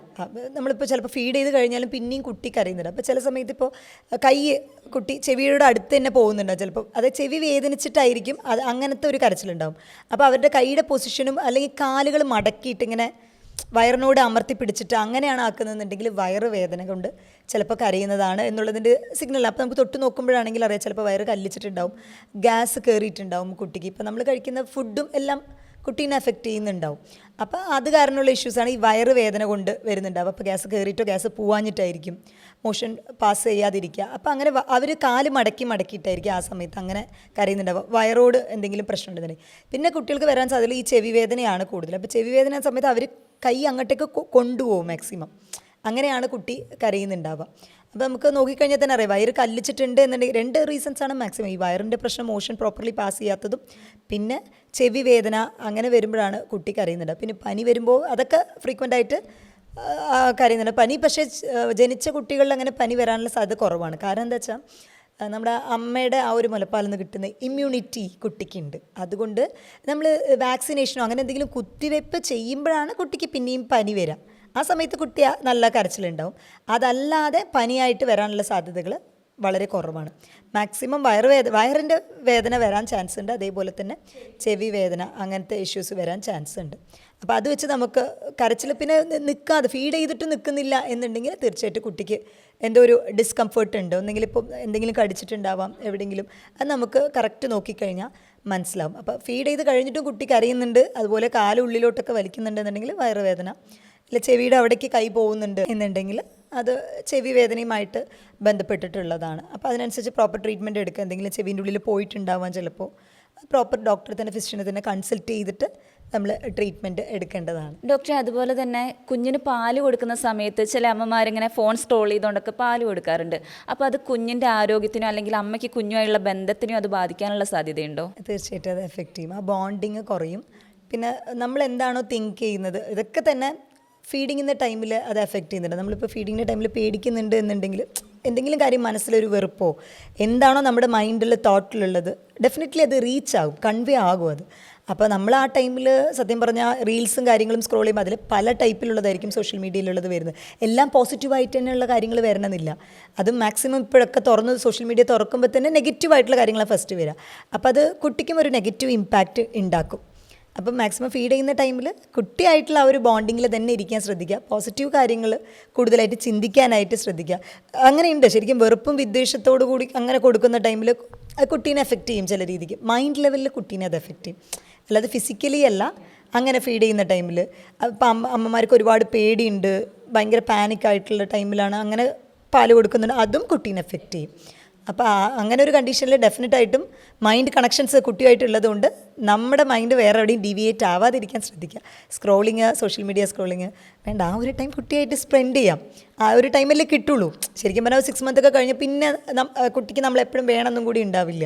അപ്പോൾ അത് മാക്സിമം നമ്മൾ എൻജോയ് ചെയ്യാം. അതുപോലെ തന്നെ ചില അമ്മമാർ പറയുന്ന കേൾക്കാറുണ്ട്, ഈ പാല് കൊടുക്കുന്ന സമയത്ത് അവരുടെ ഐ കോണ്ടാക്റ്റ് നമ്മളിങ്ങനെ നോക്കിക്കൊണ്ടുള്ള ആ പാല് കൂടി അത് ഭയങ്കര ഒരു സന്തോഷമാണെന്നുള്ളത്. നല്ല രസമാണ്. ചില കുട്ടികൾ ഇങ്ങനെ പാല് കുടിക്കുന്നിടയ്ക്ക് ഇങ്ങനെ നോക്കിയിട്ട് പിന്നെ ഒരു ചിരി ചിരിച്ചിട്ട് പിന്നെ ഫീഡ് ചെയ്യും. അത് കാണുമ്പോൾ അമ്മയ്ക്കൊരു സന്തോഷമാണ്. വളരെ എൻജോയബിൾ ആയിട്ടുള്ള ഒരു ഫീൽ. അതൊക്കെ മിസ്സാവും. ഈ സ്ക്രോൾ ചെയ്തുകൊണ്ടിരിക്കുന്ന കുട്ടി നോക്കുന്നുണ്ടോ ഇതൊന്നും നമുക്ക് നമ്മൾ നോക്കുന്നുണ്ട്. ഒരു മെക്കാനിക്കലായിട്ട് പാല് കൊടുക്കുന്ന പോലെയാവും. അങ്ങനെയല്ലല്ലോ നമ്മളൊരു ഹ്യൂമൻ ബീങ് എന്ന് പറയുമ്പോൾ മൃഗങ്ങളെ പോലെ അല്ലല്ലോ. മൃഗങ്ങൾ പോലും നമ്മളിലും ബെറ്ററായിട്ട് ഇപ്പോൾ പ്രോപ്പർ ഫീഡിങ് ചെയ്യുന്നുണ്ട്. അപ്പോൾ അങ്ങനെയുള്ള ടൈമിൽ ആ ഒരു ബോണ്ടിങ് നമ്മളത് മക്കളും തമ്മിൽ ഒരു കണക്ഷൻ വരണമെന്നുണ്ടെങ്കിൽ ഈ സ്ക്രോളിങ് ഇതൊക്കെ അവർ നമ്മൾ അവരെ തന്നെ ചെറിയ ചെറിയ കാര്യങ്ങളായിരിക്കും. അത് നമുക്ക് എൻജോയ് ചെയ്യാൻ പറ്റും. അവരെ നോക്കി ചിരിക്കും. ചിലപ്പോൾ നമ്മളിങ്ങനെ നോക്കി ചിരിച്ചിട്ട് പിന്നെയും കുടിക്കും. ഒരു 3 months ഒക്കെ കഴിയുമ്പോൾ അവർക്ക് അവർ ഫേസ് റെക്കഗ്നൈസ് ചെയ്യാൻ തുടങ്ങും. 3 months 4 months ആകുമ്പോൾ. അപ്പോൾ അത് നല്ല രസമാണ്. ആ ഒരു മൊമെൻ്റൊന്നും പിന്നെ കിട്ടില്ല. അപ്പോൾ അത് മിസ് ചെയ്യരുത്. അപ്പോൾ അതുകൊണ്ട് നമ്മുടെ മെൻ്റലി അത് നമുക്ക് കുറച്ചുകൂടി പോസിറ്റീവ് ഇമ്പാക്റ്റ് ഉണ്ടാക്കും. അമ്മമാർ ഇങ്ങനെ ഇതാക്കുമ്പോൾ ഒരു മെക്കാനിക്കൽ അയ്യോ കുട്ടി എണീറ്റ് കുട്ടിക്ക് പാല് കൊടുക്കണമല്ലോ, അതൊരു ഡിപ്രഷൻ ലെവലിലേക്കാണ് കൊണ്ടുപോകുക. ഒരിക്കലും ഒരു പോസിറ്റീവായിട്ടുള്ള ഇമ്പാക്റ്റ് വരില്ല. മറ്റേതൊരു ഹാപ്പിനെസ്സാണ്, കുട്ടിക്ക് ഹാപ്പിനെസ്സാണ്, നമുക്ക് ഹാപ്പിനെസ്സാണ്. ഇത് നമ്മൾ ഇറിറ്റേഷനിൽ ചെയ്യുന്ന പോലെയാണ്, കുട്ടിക്കും മനസ്സിലാവുകയെ നമ്മളെങ്ങനെയാണ് ഫീഡ് ചെയ്യുന്നതെന്നുള്ളത്. ഡോക്ടറെ, അതുപോലെ തന്നെ അമ്മമാരിൽ കൂടുതലായിട്ട് മുലപ്പാൽ ഉണ്ടാവാൻ വേണ്ടിയിട്ട് നമുക്ക് എന്തൊക്കെ ഭക്ഷണങ്ങൾ കൂടുതലായിട്ട് ഉൾപ്പെടുത്താൻ കഴിയും? ഇപ്പോൾ ഒരുപാട് പേർക്കുള്ള കംപ്ലയിൻ്റ് ആണ് അത്. കാരണം ആഫ്റ്റർ ഡെലിവറി കുട്ടിക്ക് പാലേ ഇല്ല എന്നുള്ളൊരു കംപ്ലയിൻ്റ് ഉണ്ട്. അപ്പോൾ അതിന് നമുക്ക് ഉലുവ വളരെയധികം എഫക്റ്റാണ്. അതുപോലെ സൂചി ഗോതമ്പ്, ഉലുവ, ഇതൊക്കെ പാലിൻ്റെ ഉൽപ്പാദനം കൂട്ടാനായിട്ട് വളരെയധികം സഹായകരമാവുന്ന ഒന്നാണ്. പിന്നെ നമ്മുടെ ഇതിൽ നമ്മൾ ഹോമിയോ മെഡിസിൻസ് ആയിട്ട് നമ്മൾ കൊടുക്കുന്നത് ഗലേഗ ഒഫീഷ്യനാലിസ് എന്ന് പറഞ്ഞ മദർ ടിഞ്ചർ നമ്മൾ കൊടുക്കാറുണ്ട്. അപ്പോൾ അത് വളരെ എഫക്റ്റീവാണ്. അതേപോലെ തന്നെ ലാക് ഡീഫ്ലോറേറ്റം എന്ന് പറയും, അതായത് അത് പ്രിപ്പയർ ചെയ്യുന്നത് നമ്മൾ പശുമ്പാൽ ഉണ്ടല്ലോ, പശുമ്പാലിൻ്റെ ആ ഒരു പാടുണ്ടല്ലോ, അതിൽ നിന്നും പ്രിപ്പയർ ചെയ്യുന്നതാണ്. സ്കിംഡ് മിൽക്ക് എന്ന് പറയും, അതിൽ നിന്ന് പ്രിപ്പയർ ചെയ്യുന്നതാണ്. അതും വളരെ ഇഫക്റ്റീവാണ്. അത് പ്രത്യേക ഡോസേജിലാണ് കൊടുക്കാറ്. അത് പ്രോപ്പർ കൺസൾട്ട് ചെയ്തിട്ട് വേണം നമ്മൾ എടുക്കാനായിട്ട്. അതേപോലെ തന്നെ കമ്മ്യൂണിസ്റ്റ് പച്ചയിൽ നിന്ന് പ്രിപ്പയർ ചെയ്യുന്ന റിസിനിസ് കമ്മ്യൂണിസ് എന്ന് പറയും, അതും വളരെയധികം ഇഫക്റ്റീവാണ് ഈ മുലപ്പാൽ അധികം ചുരക്കാനായിട്ട്. ഭക്ഷണത്തിൽ നമ്മൾ ശ്രദ്ധിക്കേണ്ടത് കൂടുതലും മുരിങ്ങ ചീര, അയണും കാൽഷ്യം അടങ്ങിയിട്ടുള്ള ഭക്ഷണങ്ങൾ കൂടുതൽ എടുക്കാനായിട്ട് ശ്രദ്ധിക്കുക. പാലിൻ്റെ ഇൻടേക്ക് നോർമലി എടുക്കുന്നതിനേക്കാളും ഇപ്പോൾ ഒരു ദിവസം 1200 മില്ലിഗ്രാം ആണ് കാൽഷ്യത്തിൻ്റെ ലെവൽ എടുക്കുന്നതെന്നുണ്ടെങ്കിൽ ഫീഡിങ് ചെയ്യുന്ന ആളുകൾ അതിലും കൂടുതൽ എമൗണ്ടാണ് എടുക്കേണ്ടി വരിക. അപ്പോൾ ഒരു കപ്പ് തൈര് ദിവസം എടുക്കാനായിട്ട് ശ്രദ്ധിക്കുക. പാലിൻ്റെ ഇൻടേക്ക് കുറച്ചുകൂടി കൂട്ടുക. അതേപോലെ തന്നെ പാൽ ഉൽപ്പന്നങ്ങൾ, ഇപ്പോൾ ചീസ്, ബട്ടർ, അതും കൂടുതലായിട്ട് എടുക്കാനായിട്ട് ശ്രദ്ധിക്കുക. ഉലുവ വളരെ എഫക്റ്റീവാണ്. മുരിങ്ങയുടെ ഇല കാൽഷ്യം അയൺ റിച്ച് ആണ്. അപ്പോൾ ആഫ്റ്റർ ഡെലിവറി നമുക്ക് എടുക്കാൻ പറ്റുന്ന കുറച്ചുകൂടി ചീപ്പ് അവൈലബിലിറ്റി ആയിട്ടുള്ളതും എന്നാൽ ഏറ്റവും ഹെൽത്തി ആയിട്ടുള്ളതുമാണ് ഈ ഒരു മുരിങ്ങയുടെ ഇല എന്ന് പറയുന്നത്. ഡെയിലി എടുക്കുന്നത് നന്നായിരിക്കും. ഡെയിലി എടുക്കുന്നത് വളരെയധികം ഇഫക്റ്റീവ് ആയിരിക്കും. ഉലുവ ഞാൻ പറഞ്ഞ പോലെ, അതേപോലെ സൂചി ഗോതമ്പ്, അതും വളരെ ഇഫക്റ്റീവാണ്. നോൺ വെജൊക്കെ നല്ലത് തന്നെയാണ്. ഇപ്പോൾ പ്രോട്ടീനായിട്ട് കഴിക്കുന്നത്, ഇപ്പോൾ മട്ടൺ, ബീഫ് അങ്ങനെയൊക്കെ എടുക്കുന്നവരൊക്കെ ഉണ്ട്. പക്ഷേ ഇതൊന്നും ഇല്ലാതെ നോർമലായിട്ടുള്ള ആളുകൾ നമ്മൾ നോക്കണമല്ലോ. അപ്പോൾ അങ്ങനെ വെച്ച് നോക്കുമ്പോൾ പിന്നെ ചിലർക്ക് നോൺ എടുക്കാൻ പ്രിഫറബിൾ ഇല്ലാത്തവരുണ്ടാവും. അപ്പോൾ ഇലക്കറികളിൽ മുരിങ്ങയുടെ ആണ് ഏറ്റവും ബെസ്റ്റ്. അയൺ പ്ലസ് കാൽഷ്യമാണ് മിൽക്കിൻ്റെ ഔട്ട്പുട്ട് കൂട്ടാനായിട്ട് വളരെ എഫക്റ്റീവാണ്. ഞാൻ ആക്ച്വലി പറയാറുള്ളത് എന്താ വെച്ചാൽ, നമ്മൾ ബിഫോർ ഡെലിവറി തന്നെ മുരിങ്ങയുടെ ഇല പ്രോപ്പർ എടുക്കാൻ തുടങ്ങുകയാണെന്നുണ്ടെങ്കിൽ ആഫ്റ്റർ ഡെലിവറി പാലിന് ആ ഒരു ഷോർട്ടേജ് ഉണ്ടാവില്ല. അപ്പോൾ അത് അപ്പം തന്നെ സ്റ്റാർട്ട് ചെയ്യുന്നതായിരിക്കും നല്ലത്. വളരെ എഫക്റ്റീവാണത്. ഡോക്ടറെ, അതുപോലെ തന്നെ പ്രസവശേഷം അമ്മമാരിൽ ഹീമോഗ്ലോബിൻ വർദ്ധിപ്പിക്കാൻ വേണ്ടിയിട്ട് നമുക്ക് എന്തൊക്കെ ഭക്ഷണങ്ങൾ ഉൾപ്പെടുത്താൻ കഴിയും? ഹീമോഗ്ലോബിൻ, അത് അനീമിയ കുറയ്ക്കാനായിട്ട് എന്തായാലും ആഫ്റ്റർ ഡെലിവറി ബ്ലഡ് ലോസ് ഉള്ളത് കൊണ്ട് മാക്സിമം ചിലർക്ക് ഹീമോഗ്ലോബിൻ കുറയും. പ്രഗ്നൻസി ടൈമിൽ തന്നെ ഇപ്പോൾ ഒരുപാട് ഹീമോഗ്ലോബിൻ കുറവാണെന്നുണ്ടെങ്കിൽ ചിലരത് അയൺ സപ്ലിമെൻറ്റ് കൊടുക്കാറുണ്ട്. രണ്ടാമത്തെ ട്രൈമസ്റ്ററിൽ തന്നെ, അതായത് ഒരു 6 മാസം തൊട്ട് തന്നെ കൊടുക്കാൻ തുടങ്ങും. അത് പ്രോപ്പർലി എടുക്കാനായിട്ട് പറയാറുണ്ട്. ഇനി അതല്ല 10 പോയിൻ്റ് അങ്ങനെയൊക്കെ ഉള്ളൂ എന്നുണ്ടെങ്കിൽ ആഫ്റ്റർ ഡെലിവറി അത് ഒന്നുകൂടി കുറയാൻ ചാൻസ് ഉണ്ട്. അപ്പോൾ അതിനുശേഷവും iron supplements maximum doctors prescribe ചെയ്യാറുണ്ട്. ഇപ്പോൾ ചിലർക്ക് ഈ അയൺ സപ്ലിമെൻറ്റ് കഴിച്ച് കഴിയുമ്പോൾ വയറിന് ഭയങ്കര ബുദ്ധിമുട്ട്, മലബന്ധം ഉണ്ടാവും, ചിലർക്കത് പിടിക്കില്ല. അപ്പോൾ എന്താണെന്ന് വെച്ചാൽ വോമിറ്റിംഗ് ടെൻഡൻസി കൂടും. മാക്സിമം ഈ അയൺ ടാബ്ലറ്റ്സ് എല്ലാം തന്നെ കൂടെ വൈറ്റമിൻ സി സപ്ലിമെൻ്റ് ചെയ്തിട്ടായിരിക്കും അവർ തരുന്നുണ്ടാവുക, അസിഡിറ്റി പ്രശ്നങ്ങളൊന്നും ഉണ്ടാവാതിരിക്കാനായിട്ട്. അങ്ങനെ അപ്പോൾ നമുക്കിപ്പോൾ ഭക്ഷണത്തിൽ തന്നെ അതിൻ്റെ ഇത് കൂട്ടണമെന്നുണ്ടെങ്കിൽ തീർച്ചയായിട്ടും നമ്മൾ നോൺ വെജാണ് ഏറ്റവും കൂടുതൽ. അത് റെഡ് മീറ്റിലാണ്, അതായത് ഇപ്പോൾ ബീഫ്, മട്ടൺ വളരെയധികം ഇഫക്റ്റീവാണ്. അതിൽ തന്നെ അതിൻ്റെ കരൾ, ബീഫിൻ്റെ അതേപോലെ തന്നെ ലിവറിൻ്റെയൊക്കെ കരൾ വളരെയധികം എഫക്റ്റീവാണ് ഇതിൻ്റെ കൗണ്ട് കൂട്ടാനായിട്ട്. താമരയുണ്ടല്ലോ, താമരത്തണ്ട്, അത് വളരെയധികം ഇഫക്റ്റീവാണ് രക്തത്തിൻ്റെ അളവ് കൂട്ടാനായിട്ട്. അതുപോലെ മക്കന എന്ന് പറയില്ലേ, നമ്മുടെ ഈ ലോട്ടസ് ഫ്ലവറിൻ്റെ സീഡ്സ്, നമ്മളിപ്പോൾ അത് ജസ്റ്റ് ഒരു ഡ്രൈ ഫ്രൈ ആയിട്ട് കഴിക്കാറുണ്ട്. അതും വളരെ നല്ലതാണ് ബ്ലഡ് കൗണ്ട് കൂട്ടാനായിട്ട്. അപ്പോൾ ഞാൻ പറഞ്ഞ പോലെ താമരയുടെ തണ്ട്, അതും നല്ലതാണ്. ആ താമരയുടെ തണ്ട് നമ്മൾ എങ്ങനെ ഉപയോഗിക്കണം? അത് നമ്മൾ കറിയായിട്ട് വെച്ച് ഉപയോഗിക്കാം. അങ്ങനെ ഫ്രൈഡേക്കാൾ നല്ലത് കറിയായിട്ട് വെച്ച് ഉപയോഗിക്കുന്നതാണ്. അത് വളരെ എഫക്റ്റീവാണ് ബ്ലഡിൻ്റെ കൗണ്ട്, ഹീമോഗ്ലോബിൻ കൗണ്ട് കൂട്ടാനായിട്ട്. പിന്നെ ഞാൻ എന്നും പറയാനുള്ള ഒരു കാര്യമാണ് അയൺ റിച്ച് എന്ന് പറയുന്നത് ശർക്കരയിൽ ഭയങ്കര അയൺ കണ്ടൻറ്റ് കൂടുതലാണ്. അതേപോലെ തന്നെ നിലക്കടല ഒരു ബൗൾ എടുക്കുകയാണെങ്കിൽ തന്നെ നമുക്ക് ആവശ്യമുള്ള അയൺ കണ്ടൻറ്റ് അതിലുണ്ടാവും. അപ്പോൾ നിലക്കടല ഫ്രീക്വൻ്റ് ആയിട്ട് എടുക്കാൻ ശ്രദ്ധിക്കുക. റെഡ് മീറ്റ്, ഇതൊക്കെ തന്നെ ധാരാളം മതിയാവും. പിന്നെ ഇലക്കറികൾ, മുരിങ്ങയുടെ ചീര നല്ലതാണ്. വെജിറ്റബിൾസിൽ ബീട്രൂട്ടും, ഫ്രൂട്ട്സിൽ ഡ്രാഗൺ ഫ്രൂട്ട്, പിന്നെ മാതള നാരങ്ങ വളരെ എഫക്റ്റീവാണ്. ഡ്രാഗൺ ഫ്രൂട്ടും നല്ലതാണ്. ഡോക്ട്രിൻ ഓഫ് സിഗ്നേച്ചർ എന്ന് പറയും, അതായത് ഇപ്പോൾ റെഡ് കളറായിട്ടുള്ളതൊക്കെ നല്ല ബ്ലഡ് കൗണ്ട് കൂട്ടാനായിട്ട് നല്ല സിമിലർ നമ്മളതാ പറയും ഡോക്ട്രിൻ ഓഫ് സിഗ്നേച്ചർ എന്ന് പറയും. ഒരേപോലുള്ളത് അതിന് ഹെൽപ്ഫുൾ ആവും. റെഡ് കളറായിട്ടുള്ളത് റെഡ് കൗണ്ട് ബ്ലഡ് കൗണ്ട്, അതിനാണ് ഞാൻ ഡ്രാഗൺ ഫ്രൂട്ട് പറഞ്ഞത്. ഡ്രാഗൺ ഫ്രൂട്ട് എഫക്റ്റീവാണ്. അതുപോലെ കറുത്ത മുന്തിരി അതും വളരെ എഫക്റ്റീവാണ് ബ്ലഡിൻ്റെ ആ ഒരു കൗണ്ട് കൂട്ടാനായിട്ട്, RBCയുടെ ഇത് കൂട്ടാനായിട്ട്. അധികവും ഇപ്പോൾ ഹീമോഗ്ലോബിൻ ആണ് ചെക്ക് ചെയ്യുന്നുണ്ടാവുക. അപ്പോൾ ഹീമോഗ്ലോബിൻ മാത്രം ചെക്ക് ചെയ്താൽ പോരാ. നമ്മുടെ ശരീരത്തിൽ ഇപ്പോൾ 90% ആക്ച്വലി അനീമിയ വരാനുള്ള റീസൺ ഹീമോഗ്ലോബിൻ കുറയുക എന്നുള്ളത് തന്നെയാണ്. അതിൽ മാക്സിമം ഈ അയൺ ഡെഫിഷ്യൻസി അനീമിയ എന്ന് പറയും. അപ്പോൾ അത് ചെക്ക് ചെയ്യണമെന്നുണ്ടെങ്കിൽ സീറം ഫെറിറ്റിൻ എന്നുള്ളൊരു കണ്ടൻ്റ് ഉണ്ട്. സീറം ഫെറിറ്റിൻ എന്ന് പറഞ്ഞാൽ നമ്മുടെ ശരീരത്തിൽ എത്രത്തോളം അയൺ സ്റ്റോർ ആയിട്ടുണ്ട്. ഇപ്പോൾ നമ്മളിൽ പലർക്കുള്ള ഡെഫിഷ്യൻസി എന്ന് പറയുന്നത് അയൺ ഡെഫിഷ്യൻസി ആയിട്ടുള്ള അനീമിയാണ്. ഇപ്പോൾ വേറെ ചിലർക്കാണെങ്കിൽ ഇപ്പോൾ പറയും, അതായത് രക്തത്തിൻ്റെ ആ ഒരു അണുക്കളുണ്ടല്ലോ അതിൻ്റെ അളവ് കൂടിയിട്ട്, അതായത് വൈറ്റമിൻ B12 കുറവ് കൊണ്ടും വരാം. അതുകൊണ്ടാണ് ഇത് പറയുന്നത്. എന്നാൽ ഒട്ടുമിക്ക ആളുകൾ, നമ്മുടെ ഇപ്പോൾ ഇന്ത്യയിലുള്ള ഒട്ടുമിക്ക ജനങ്ങൾക്കും എസ്പെഷ്യലി ലേഡീസിനാണ് ഈ അനീമിയ കൂടുതലായിട്ടുള്ളത് ജെൻസിനെ കമ്പയർ ചെയ്ത് നോക്കുമ്പോൾ. കാരണം നമുക്ക് പീരിയഡ്സിൻ്റെ ഔട്ട്ഫ്ലോ ഉണ്ട് ഫ്രീക്വൻ്റ് ആയിട്ട്. പിന്നെ നമ്മുടെ ഹീമോഗ്ലോബിൻ തന്നെ ഇപ്പോൾ ആണുങ്ങളെ കമ്പയർ ചെയ്ത് നോക്കുമ്പോൾ നമുക്ക് കുറവാണ്. RBCയുടെ ലെവൽ, അതായത് ചുമപ്പ് അണുക്കളുണ്ട്, രക്താണുക്കളുടെ അളവ് നോക്കുമ്പോൾ അവർക്ക് ഒരു 5.5 to 6.5 ആണെങ്കിൽ നമുക്ക് 4.5 to 5.5 ആണ്. അങ്ങനെയാണ് നമ്മുടെ ഒരു പ്രകൃതി എന്ന് പറയുന്നത്. അപ്പോൾ നമ്മുടെ കൗണ്ടും പറയുകയാണെങ്കിൽ 11 to 13 ഒക്കെ ആയിരിക്കും നമുക്ക്. അവർക്ക് തുടങ്ങുന്നതേ 13 to 15 ആയിരിക്കും.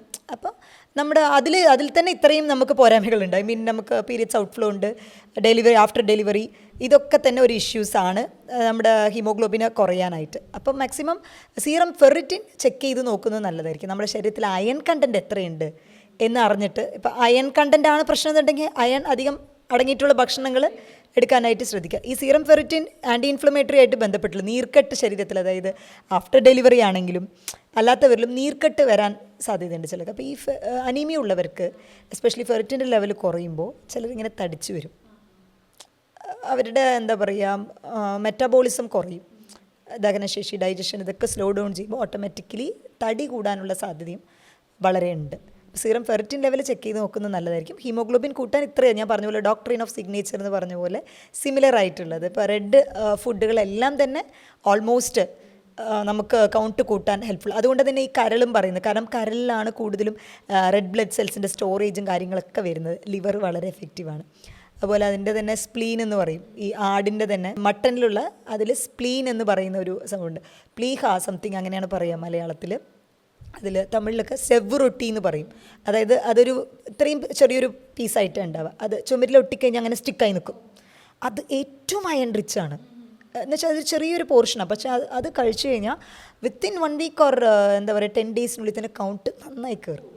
വളരെ എഫക്റ്റീവാണ്. അപ്പോൾ മട്ടനിൽ തന്നെ ആ പാർട്സൊക്കെ കഴിക്കുന്നതായിരിക്കും. അതിൻ്റെ സ്പ്ലീൻ ഞാൻ പറഞ്ഞ പോലെ പ്ലീഹ എന്ന് പറയുന്നത് അതൊക്കെ എടുക്കുന്നതായിരിക്കും കുറച്ചുകൂടെ. അത് കഴിക്കാൻ ഇത്തിരി ചൊവ്വ വ്യത്യാസം ഉണ്ടാവും. അത് നമ്മൾ മാക്സിമം നമ്മുടെ അതായിട്ടുള്ള കുക്കിംഗ് സ്റ്റൈലൊക്കെ ഒന്ന് മാറ്റി പിടിച്ചു കഴിഞ്ഞാൽ തീർച്ചയായിട്ടും അത് ഇഫക്റ്റീവാണ് രക്തത്തിൻ്റെ കൗണ്ട് കൂട്ടാനായിട്ട്. പിന്നെ അതേപോലെ അയൺ റിച്ച് കഴിക്കുമ്പോൾ എന്തിപ്പോൾ നമ്മൾ പറഞ്ഞല്ലോ അലോപ്പതിയിലും വൈറ്റമിൻ C സപ്ലിമെൻറ്റ് ചെയ്യാറുണ്ട് എന്നുള്ളത്. അപ്പോൾ നമ്മുടെ ശരീരത്തിൽ അയൺ റിച്ച് ആയിട്ടുള്ള ഭക്ഷണങ്ങൾ വലിച്ചെടുക്കണമെന്നുണ്ടെങ്കിൽ കൂടെ ഒന്നെങ്കിൽ നാരങ്ങാ നീര് എടുക്കാനായിട്ട് ശ്രദ്ധിക്കുക, അല്ലെങ്കിൽ സിട്രസ് ഫ്രൂട്ട്സ് വൈറ്റമിൻ C അടങ്ങിയിട്ടുള്ളത് എടുക്കാനായിട്ട് ശ്രദ്ധിക്കും. അപ്പോൾ അതിന് പകരം ചിലർ വിചാരിക്കും വൈറ്റമിൻ C ടാബ്ലറ്റ് എടുത്താൽ പോരെയെന്ന്. അതിൽ പ്രശ്നമുണ്ട്. വൈറ്റമിൻ C കൂടുതലായിട്ട് എടുത്താലും ചിലർക്ക് കിഡ്നി സ്റ്റോൺ ഫോർമേഷൻ അങ്ങനത്തെ ഇഷ്യൂസ് വരാൻ ചാൻസ്. അപ്പോൾ ടാബ്ലറ്റായിട്ട് എടുക്കുന്നതിനേക്കാളും ചെറിയ തോതിൽ ഒരു നാരങ്ങ നീരോ അല്ലെങ്കിൽ ഒരു ഓറഞ്ച് ജ്യൂസോ, ഇനി അതല്ല ഏറ്റവും വൈറ്റമിൻ C കൂടുതലുള്ളത് പേരക്കയിലാണ്, ഓറഞ്ചിനേക്കാൾ കൂടുതലുള്ളത് പേരക്കയിലാണ്. അപ്പോൾ അതും എടുക്കാനായിട്ട് ശ്രദ്ധിക്കാം. അതുപോലെ ഡോക്ടറെ, ഡെലിവറി കഴിഞ്ഞ് ഒരുപാട് അമ്മമാർക്കുള്ളതാണ് പോസ്റ്റ്മോർട്ടം ഡിപ്രഷൻ എന്ന് പറഞ്ഞൊരു സ്റ്റേജ്. അപ്പോൾ അതിൻ്റെ ലക്ഷണങ്ങൾ എന്തൊക്കെയാണ്?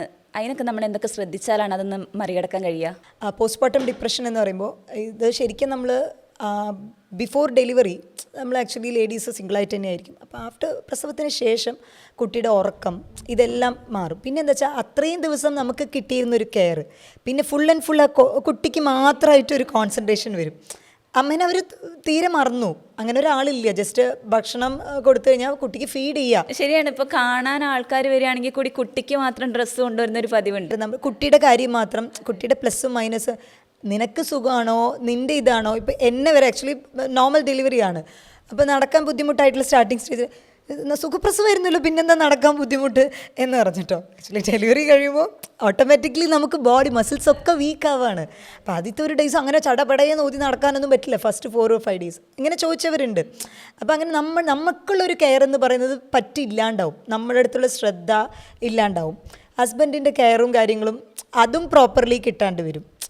ബിക്കോസ് പലയിടത്തും അങ്ങനെ ഒരു ബാരിയർ ഉണ്ടല്ലോ, ഹസ്ബൻഡ് കാണാൻ പാടില്ല, അങ്ങനെയൊക്കെ ഒരു സിറ്റുവേഷൻ വരുന്ന ടൈമിൽ ഇത് കൂടുതൽ ഇഷ്യൂസ് ആവും. ഇത് ആദ്യത്തെ ഒരു ഫ്യൂ വീക്സിൽ വരുന്നതിന് നമ്മൾ ബേബി ബ്ലൂസ് എന്നാണ് പറയുക. അതായത് ചെറിയൊരു ചേഞ്ച് നമ്മൾ ഏതൊരു ഇതെന്ന് ഒരു സിറ്റുവേഷനിൽ നിന്ന് പുതിയതായിട്ട് വന്നതിൽ അത് 1 or 2 വീക്സ് നിൽക്കുന്നത് ഓക്കെ. പക്ഷേ ഈ പോസ്റ്റ്മോർട്ടം ഡിപ്രഷൻ എന്ന് പറയുന്നത് ഇതിൻ്റെ സിവിയാരിറ്റിയിൽ എത്തുന്നതാണ്. അതായത് ഈ ഒരു സ്റ്റേജിലെത്തുമ്പോൾ അവർ വെറുതെ കരയും. അപ്പോൾ ഇത് കൂടെ നിൽക്കുന്നവർ, ഞങ്ങളും കുറേ പ്രസവിച്ചിട്ടുണ്ട്, ഇതാണ് ഒരു ഡയലോഗ്. ഇത് ഇപ്പോൾ ഓൾഡർ ലേഡീസ് ആകുമ്പോൾ, അതായത് അമ്മയോ അമ്മായിമ്മയോ ആകുമ്പോൾ അല്ലെങ്കിൽ റിലേറ്റീവ്സ് ആകുമ്പോൾ ഞങ്ങളും കുറേ പ്രസവിച്ചു, ഞങ്ങൾക്കൊന്നും ഇല്ലാത്തതാണല്ലോ, ആദ്യമായിട്ട് പ്രസവിക്കുന്ന ആളൊന്നുമല്ലല്ലോ എന്നുള്ള ചോദ്യം വരും. പക്ഷെ ഇപ്പോൾ ഒരുപാടുണ്ട് ഈ പോസ്റ്റ്മോർട്ടം ഡിപ്രഷൻ എന്ന് വെച്ചാൽ അവർക്കത് കണക്ട് ചെയ്യാൻ പറ്റാതെ വരും. കുട്ടിയായിട്ട് നോർമലി കുട്ടിയെ സ്നേഹിച്ച് അങ്ങനെ കുട്ടീനോട് ഒരു വെറുപ്പ് തോന്നാം, സ്വയം തന്നെ വെറുപ്പ് തോന്നുക, കരയുക, എക്സ്ട്രീമായിട്ട് കരയുക. ഈവൺ ഈ പോസ്റ്റ്മോർട്ടം ഡിപ്രഷൻ പ്രോപ്പറായിട്ട് ട്രീറ്റ് ചെയ്തില്ലെങ്കിൽ സൂയിസൈഡൽ ടെൻഡൻസിക്ക് വരെ കാരണമാവും. ചിലരിപ്പോൾ ചില കേസസ് നമ്മൾ കാണില്ല, കുട്ടീനെ കൊന്നു, അങ്ങനെയൊക്കെ മനഃപൂർവ്വം ചെയ്യുന്നതല്ല. She has A mental disorder. ആ ഒരു പോസ്റ്റ്മോർട്ടം ഡിപ്രഷൻ എന്നുള്ളതുണ്ട്. അത് ആ ഒരു സ്റ്റേജിൽ കണ്ടറിഞ്ഞ് കൗൺസിലിങ്ങും പ്രോപ്പർ ആവശ്യമാണ്, ഫാമിലി സപ്പോർട്ട് ആവശ്യമാണ്, ഫാമിലി ചുറ്റുമുള്ളതിൻ്റെ ആ ഒരു സിറ്റുവേഷൻ അതൊക്കെ നമുക്ക് കറക്റ്റായിട്ട് വരണം. ഒപ്പം പ്രോപ്പർ ട്രീറ്റ്മെൻറ്റ് എടുക്കേണ്ട കേസാണ് ഈ പോസ്റ്റ്മോർട്ടം ഡിപ്രഷൻ എന്ന് പറയുന്നത്. കാരണം ഒരു കാരണമില്ലാതെ കരയും. എന്തിനാണ് കരയുന്നതെന്ന് അവർക്ക് തന്നെ അറിയില്ല. കുട്ടീനെ വേണ്ടത്ര, പിന്നെ ഒരു ഗിൽറ്റ് ഫീലിംഗ് എന്താ അറിയട്ടെ, നമ്മുടെ കുട്ടീനെ പ്രോപ്പർ നോക്കാൻ പറ്റിയില്ല എന്നുള്ളൊരു ഗിൽറ്റ് ഫീൽ അവർക്കുണ്ടാവും. ഉറക്കം പ്രോപ്പർ ആയിരിക്കില്ല, വിശപ്പ് പ്രോപ്പർ ആയിരിക്കില്ല. ഇതൊക്കെ ഒരു 2-3 മന്ത്സിന് ശേഷവും, അങ്ങനെ ചിലർക്ക് 2 years വരെ ലാസ്റ്റ് ചെയ്യും ഈ പോസ്റ്റ്മോർട്ടം ഡിപ്രഷൻ എന്ന് പറയുന്നത്. അതും കൂടുതൽ സിവിയർ ആവാനുള്ള ചാൻസ് മുന്നേ എന്തെങ്കിലും മെൻ്റൽ ഡിസോർഡേഴ്സ് ഉള്ളവർ, അതായത് ആങ്സൈറ്റിയോ ഡിപ്രഷനോ മുന്നേ എഫക്റ്റ് ചെയ്തവർ, അതും അല്ലെങ്കിൽ ഇപ്പോൾ കുട്ടിയുടെ ഡെലിവറി ഭയങ്കര കോംപ്ലിക്കേറ്റഡ് ആയിട്ടുള്ളവർ, അല്ലെങ്കിൽ ഇപ്പോൾ കുട്ടിയുടെ ഡെലിവറിയോടനുബന്ധിച്ച് ഹസ്ബൻഡിന് എന്തെങ്കിലും സംഭവിക്കുക, അല്ലെങ്കിൽ ഹസ്ബൻഡായിട്ട് സെപ്പറേറ്റഡ് ആവുക, ഡിവോഴ്സ് ആവുക, ഇങ്ങനത്തെ ഒരു സിറ്റുവേഷനിലുള്ളവർ കുറച്ചുകൂടി ഡിപ്രഷൻ സ്റ്റേജ് കൂടും. അപ്പോൾ ഇങ്ങനെയുള്ള ടൈമിൽ ഫാമിലി ഒരു സപ്പോർട്ട് എന്നുള്ളത് വളരെ ഇമ്പോർട്ടൻ്റ് ആണ്. പിന്നെ ഞാൻ പറഞ്ഞല്ലോ, അതായത് ആഫ്റ്റർ ഡെലിവറി ശരിക്കും ഹസ്ബൻഡ് കെയർ വളരെ ഇമ്പോർട്ടൻ്റ് ആണ്. ടു ബി ഫ്രാങ്ക്, ഇപ്പോൾ ഡെലിവറി ടൈമിൽ പോലും അതുകൊണ്ടാണ് ഹസ്ബൻഡ് ആ ഒരു സാന്നിധ്യം വളരെയധികം ആവശ്യമുള്ളത് കൊണ്ടാണ് ആ ഡെലിവറി ടൈമിൽ ഹസ്ബൻഡിനെ അലോ ചെയ്യുന്നത്. ഫോറിൻ കൺട്രീസിൽ അലോ ചെയ്യുന്നത്, ഇപ്പം നമ്മുടെ ഇവിടെയും കുറേ സിറ്റീസിലൊക്കെ തന്നെ ഹസ്ബൻഡ് ആ ഒരു പെയിന് സിവിയർ ആകുമ്പോൾ ഉള്ളിൽ അലോ ചെയ്യുന്നത്. കാരണം ഇതിൻ്റെ മെയിൻ റീസൺ എന്താ പറയുന്നത്, എല്ലാ പാരൻസൊക്കെ എല്ലാവരും നമുക്ക് ഇഷ്ടമാണല്ല, ബട്ട് സ്റ്റിൽ ഹസ്ബൻഡിനോടുള്ള ഒരു അഫെക്ഷൻ എന്ന് പറയുന്നത് ഇറ്റ്സ് ഡിഫറെൻറ്റ്. അപ്പോൾ നമുക്ക് ഓക്സിറ്റോസിൻ എന്ന് പറയുന്ന ഒരു ഹോർമോൺ ഉണ്ട്. ഓക്സിറ്റോസിൻ എന്ന് പറയുന്ന ഹോർമോൺ ലവ് ഹോർമോണാണ്. ഈ ലവ് ഹോർമോണാണ് ആക്ച്വലി ബ്രസ്റ്റ് ഫീഡിങ്ങിൻ്റെ ടൈമിൽ നമുക്ക് പമ്പ് ചെയ്യാൻ ഹെൽപ്പ് ചെയ്യുന്നത്.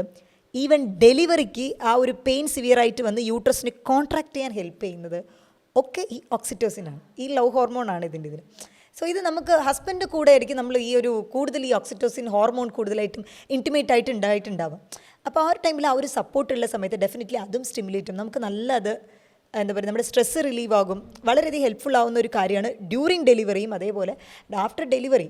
ചിലപ്പോൾ ചില വീട്ടിലതൊരു കസ്റ്റംസ് ആയിട്ട് ഉണ്ടാവും, 3 മാസത്തേക്ക് അല്ലെങ്കിൽ അങ്ങനെ ഹസ്ബൻഡിനെ അടുത്തേക്ക് തന്നെ വീട്ടിൽ കാണാൻ പാടില്ല.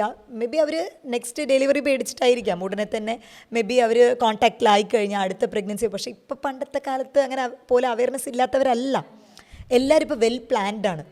ഒരു ബേബി ആയിക്കഴിഞ്ഞാൽ എത്ര ഗ്യാപ്പിൽ അടുത്തത് വേണം. മേ ബി ആക്സിഡൻ്റൽ പ്രഗ്നൻസീസ് ഉണ്ട്, ഇല്ലയെന്ന് ഞാൻ പറയുന്നില്ല, എന്നാലും മേജർ ആയിട്ട് അതിനെക്കുറിച്ചൊരു അവബോധം ഉണ്ട് എല്ലാവർക്കും.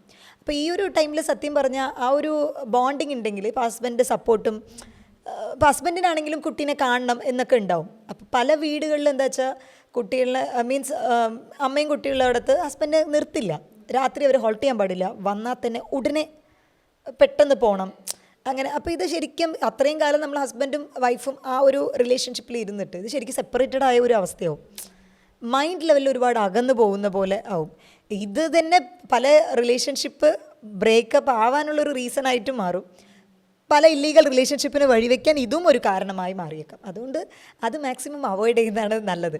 കാരണം ഈ ടൈമിൽ ഹസ്ബൻഡും വൈഫും ഇൻറ്റിമേറ്റ് ആയിട്ടിരിക്കുന്നത് വളരെയധികം നല്ലതാണ്. കാരണം കുറേ പോസിറ്റീവായിട്ടുള്ള നമുക്ക് ആ ഒരു ഹോർമോൺസ്, ഹാപ്പി ഹോർമോൺസ് ഉണ്ടാവാൻ വളരെയധികം ഹെൽപ്ഫുള്ളാണ്. അപ്പോൾ അത് ഡോപ്പമിൻ്റെ ലെവലും കൂട്ടും. കുറച്ചുകൂടി ബേബീനെ നമുക്ക് ഹെൽത്തി ആയിട്ട് നോക്കാൻ പറ്റും. ഈ PPD പോലുള്ള പോസ്റ്റ്മോർട്ടം ഡിപ്രഷൻസ്, ബേബി ബ്ലൂ, കാരണം മറ്റാര് പറയുന്നതിനേക്കാൾ ഹസ്ബൻഡ് കൂടെ നിന്ന് അത് പറയുമ്പോൾ ആ കെയറിൻ്റെ എഫെക്ഷൻ വേറെയാണ്. അപ്പോൾ അങ്ങനെ ഒരു എന്താ പറയുക സിറ്റുവേഷനും കൂടെ നമ്മുടെ സൊസൈറ്റി കുറച്ചുകൂടെ ഒന്ന് മാറ്റി ചിന്തിക്കുകയാണെങ്കിൽ, കുറച്ചുകൂടി ഫോർവേഡായിട്ട് ചിന്തിക്കുകയാണെങ്കിൽ തീർച്ചയായിട്ടും ഈ ഒരു ലേഡീസിൽ വരുന്ന പോസ്റ്റ്മോർട്ടം ഡിപ്രഷനും അത് കാരണം ഈ പോസ്റ്റ്മോർട്ടം ഡിപ്രഷൻ ലേഡീസിന് മാത്രമല്ല, അതുമായിട്ട് വളർന്നു വരുന്ന കുട്ടീനെയും എഫക്റ്റ് ചെയ്യും. കാരണം ഒരു ബന്ധമില്ലാണ്ട് ചിലപ്പോൾ കുട്ടികളെ ഇവർ തല്ലും. കുറച്ച് കഴിയുമ്പോൾ 6 മന്ത് ആ ഒരു ബോണ്ടിങ് ഉണ്ടാവില്ല. അപ്പോൾ അവരും എന്താ വെച്ചാൽ ഇങ്ങനെ റേസ് ചെയ്യുന്ന ഒരു കുട്ടി, ഇങ്ങനെ ഒരു മെൻ്റൽ കണ്ടീഷനോട് കൂടി റേസ് ആകുന്ന ഒരു കുട്ടി, അവർക്കും അവരുടെ ഭാവി എഫക്റ്റ് ആവും. അപ്പോൾ ഇത് പെരുമാറ്റങ്ങളിലൊക്കെ വ്യത്യാസം വരും. കാരണം അമ്മയുടെ ബിഹേവിയർ അവരിങ്ങനെയാണ് കണ്ടുപിടിക്കുന്നത്. അമ്മ അത് വേണം വെച്ച് ചെയ്യുന്നതല്ല. അപ്പോൾ അതുകൊണ്ട് അത് ട്രീറ്റ്മെൻറ്റ് എടുക്കണം. ഒന്ന് പ്രോപ്പർ കൗൺസിലിംഗ് വേണം. പിന്നെ മറ്റൊന്ന് നമുക്ക് ഹസ്ബൻഡ് സപ്പോർട്ട് എന്നുള്ളത് വളരെയധികം ഇമ്പോർട്ടൻറ്റ്. ഫാമിലി സപ്പോർട്ടും ഇമ്പോർട്ടൻ്റ് ആണ്. കാരണം ഇപ്പോൾ കുട്ടിയുടെ ഉറക്കത്തിൻ്റെ ഒരു ഷെഡ്യൂളൊക്കെ മാറും. ഇപ്പോൾ ചില കുട്ടികൾ രാത്രി ഉറങ്ങും, ചില കുട്ടികൾ രാത്രി ഫുൾ ഉണർന്നിരിക്കും. അപ്പം നമ്മളും ഓട്ടോമാറ്റിക്കലി ഉണർന്നിരിക്കേണ്ടി വരും. പിന്നെ ഇതും ചെയ്ത് രാവിലെ വർക്കും എല്ലാം പോസിബിൾ അല്ല. ഹ്യൂമൻ ബീങ് അല്ലേ അറ്റ് ലാസ്റ്റ്. അപ്പോൾ അതൊക്കെ ചെയ്യുമ്പോഴാണ് ഈ പോസ്റ്റ്മോർട്ടം ഡിപ്രഷൻ വരുന്നത് കേട്ടോ. അതും കൂടെ സ്ട്രെസ്ഫുൾ ആവുക എല്ലാം. നമ്മൾ അതായത് ലേഡീസിനെ സംബന്ധിച്ചിടത്തോളം ഒരു സംഭവമുണ്ട്. നമ്മൾ പെർഫെക്റ്റ് മോം ആവണമെന്ന് വിചാരിക്കും, പെർഫെക്റ്റ് വൈഫ് ആവണമെന്ന് വിചാരിക്കും, പെർഫെക്റ്റ് ആയിട്ടുള്ള ഡോട്ടർ ഇൻ ലോ, നല്ലൊരു മരുമോളാവണം, നല്ല മകളാണ്, എല്ലാത്തിലും നല്ല സ്റ്റേജായിട്ട് നിന്ന് കഴിഞ്ഞാൽ പറ്റില്ല, പോസിബിൾ അല്ല. അപ്പോൾ ചിലതൊക്കെ ഒന്ന് കോംപ്രമൈസ് ചെയ്യാം. വീട് ഇത്തിരി വൃത്തിയായിട്ട് കിടന്നില്ലെങ്കിലും കുഴപ്പമില്ല. ഇതാണ് നമ്മുടെ ഹെൽത്ത് കണ്ടീഷൻ, ഇത്രയ്ക്കേ നമ്മളെ കൊണ്ട് പറ്റുള്ളൂ. അടുത്തത് ഓക്കെ, അങ്ങനെ ഒരു ദിവസം ഇത് ചെയ്തില്ലെങ്കിൽ ഓക്കെ. അങ്ങനെ എല്ലാ ലെവലിലും നമ്മൾ പെർഫെക്ഷൻ നോക്കിക്കഴിഞ്ഞാൽ കോംപ്രമൈസ് ചെയ്യാം. എല്ലാ ലെവലിലും പെർഫെക്ഷൻ നോക്കിക്കഴിഞ്ഞാൽ നമ്മുടെ മെൻ്റൽ ഹെൽത്തിൻ്റെ ഇംപെർഫെക്ഷൻസ് കൂടി വരും. അപ്പോൾ അതൊന്ന് ശ്രദ്ധിക്കേണ്ടതായിട്ടുണ്ട്. അപ്പോൾ പോസ്റ്റ്മോർട്ടം ഡിപ്രഷൻ ശരിക്കും ട്രീറ്റ് ചെയ്യേണ്ട ഒരു കാര്യമാണ്. അല്ലെങ്കിൽ അത് സിവിയർ സ്റ്റേജിലെത്തും. പ്രോപ്പറായിട്ട് നോക്കി അതിൻ്റെ സിവിയാരിറ്റി എന്താണെന്ന് മനസ്സിലാക്കി ട്രീറ്റ്മെൻറ്റ് അവൈലബിൾ ആണ്. കൗൺസിലിംഗ് മാത്രമല്ല, സൈഡ് എഫക്റ്റ് ഇല്ലാത്ത ട്രീറ്റ്മെൻറ്റ് അവൈലബിൾ ആണ്. അപ്പോൾ എൻ്റെ ഒരു ഇതിൽ എന്താ വെച്ചാൽ ഒരു 40 years ആയിട്ട് ഒരു കൺസീവ് ആകാതെ നമ്മുടെ ട്രീറ്റ്മെൻറ്റ് വഴി കൺസീവ് ആയതാണ്. പക്ഷേ 40 വയസ്സിലാണ് അവർ കൺസീവ് ആയത്. ഡെലിവറി കഴിഞ്ഞു. പക്ഷേ ഡെലിവറി കഴിഞ്ഞപ്പോൾ എന്തായിന്ന് വെച്ചാൽ അവരത്രയും കാലം 20 വർഷമായിട്ട് കുട്ടിയാവാതെ കുട്ടീനെ കിട്ടിയതാണ്. ബട്ട് അവരിങ്ങനെ തന്നെയാണ് പറഞ്ഞത്. എന്താ വെച്ചാൽ എനിക്ക് ആ കുട്ടീനെ കാണുമ്പോഴേ ദേഷ്യമാണ്, എനിക്കതിനെ വലിച്ചെറിയാൻ തോന്നുന്നു.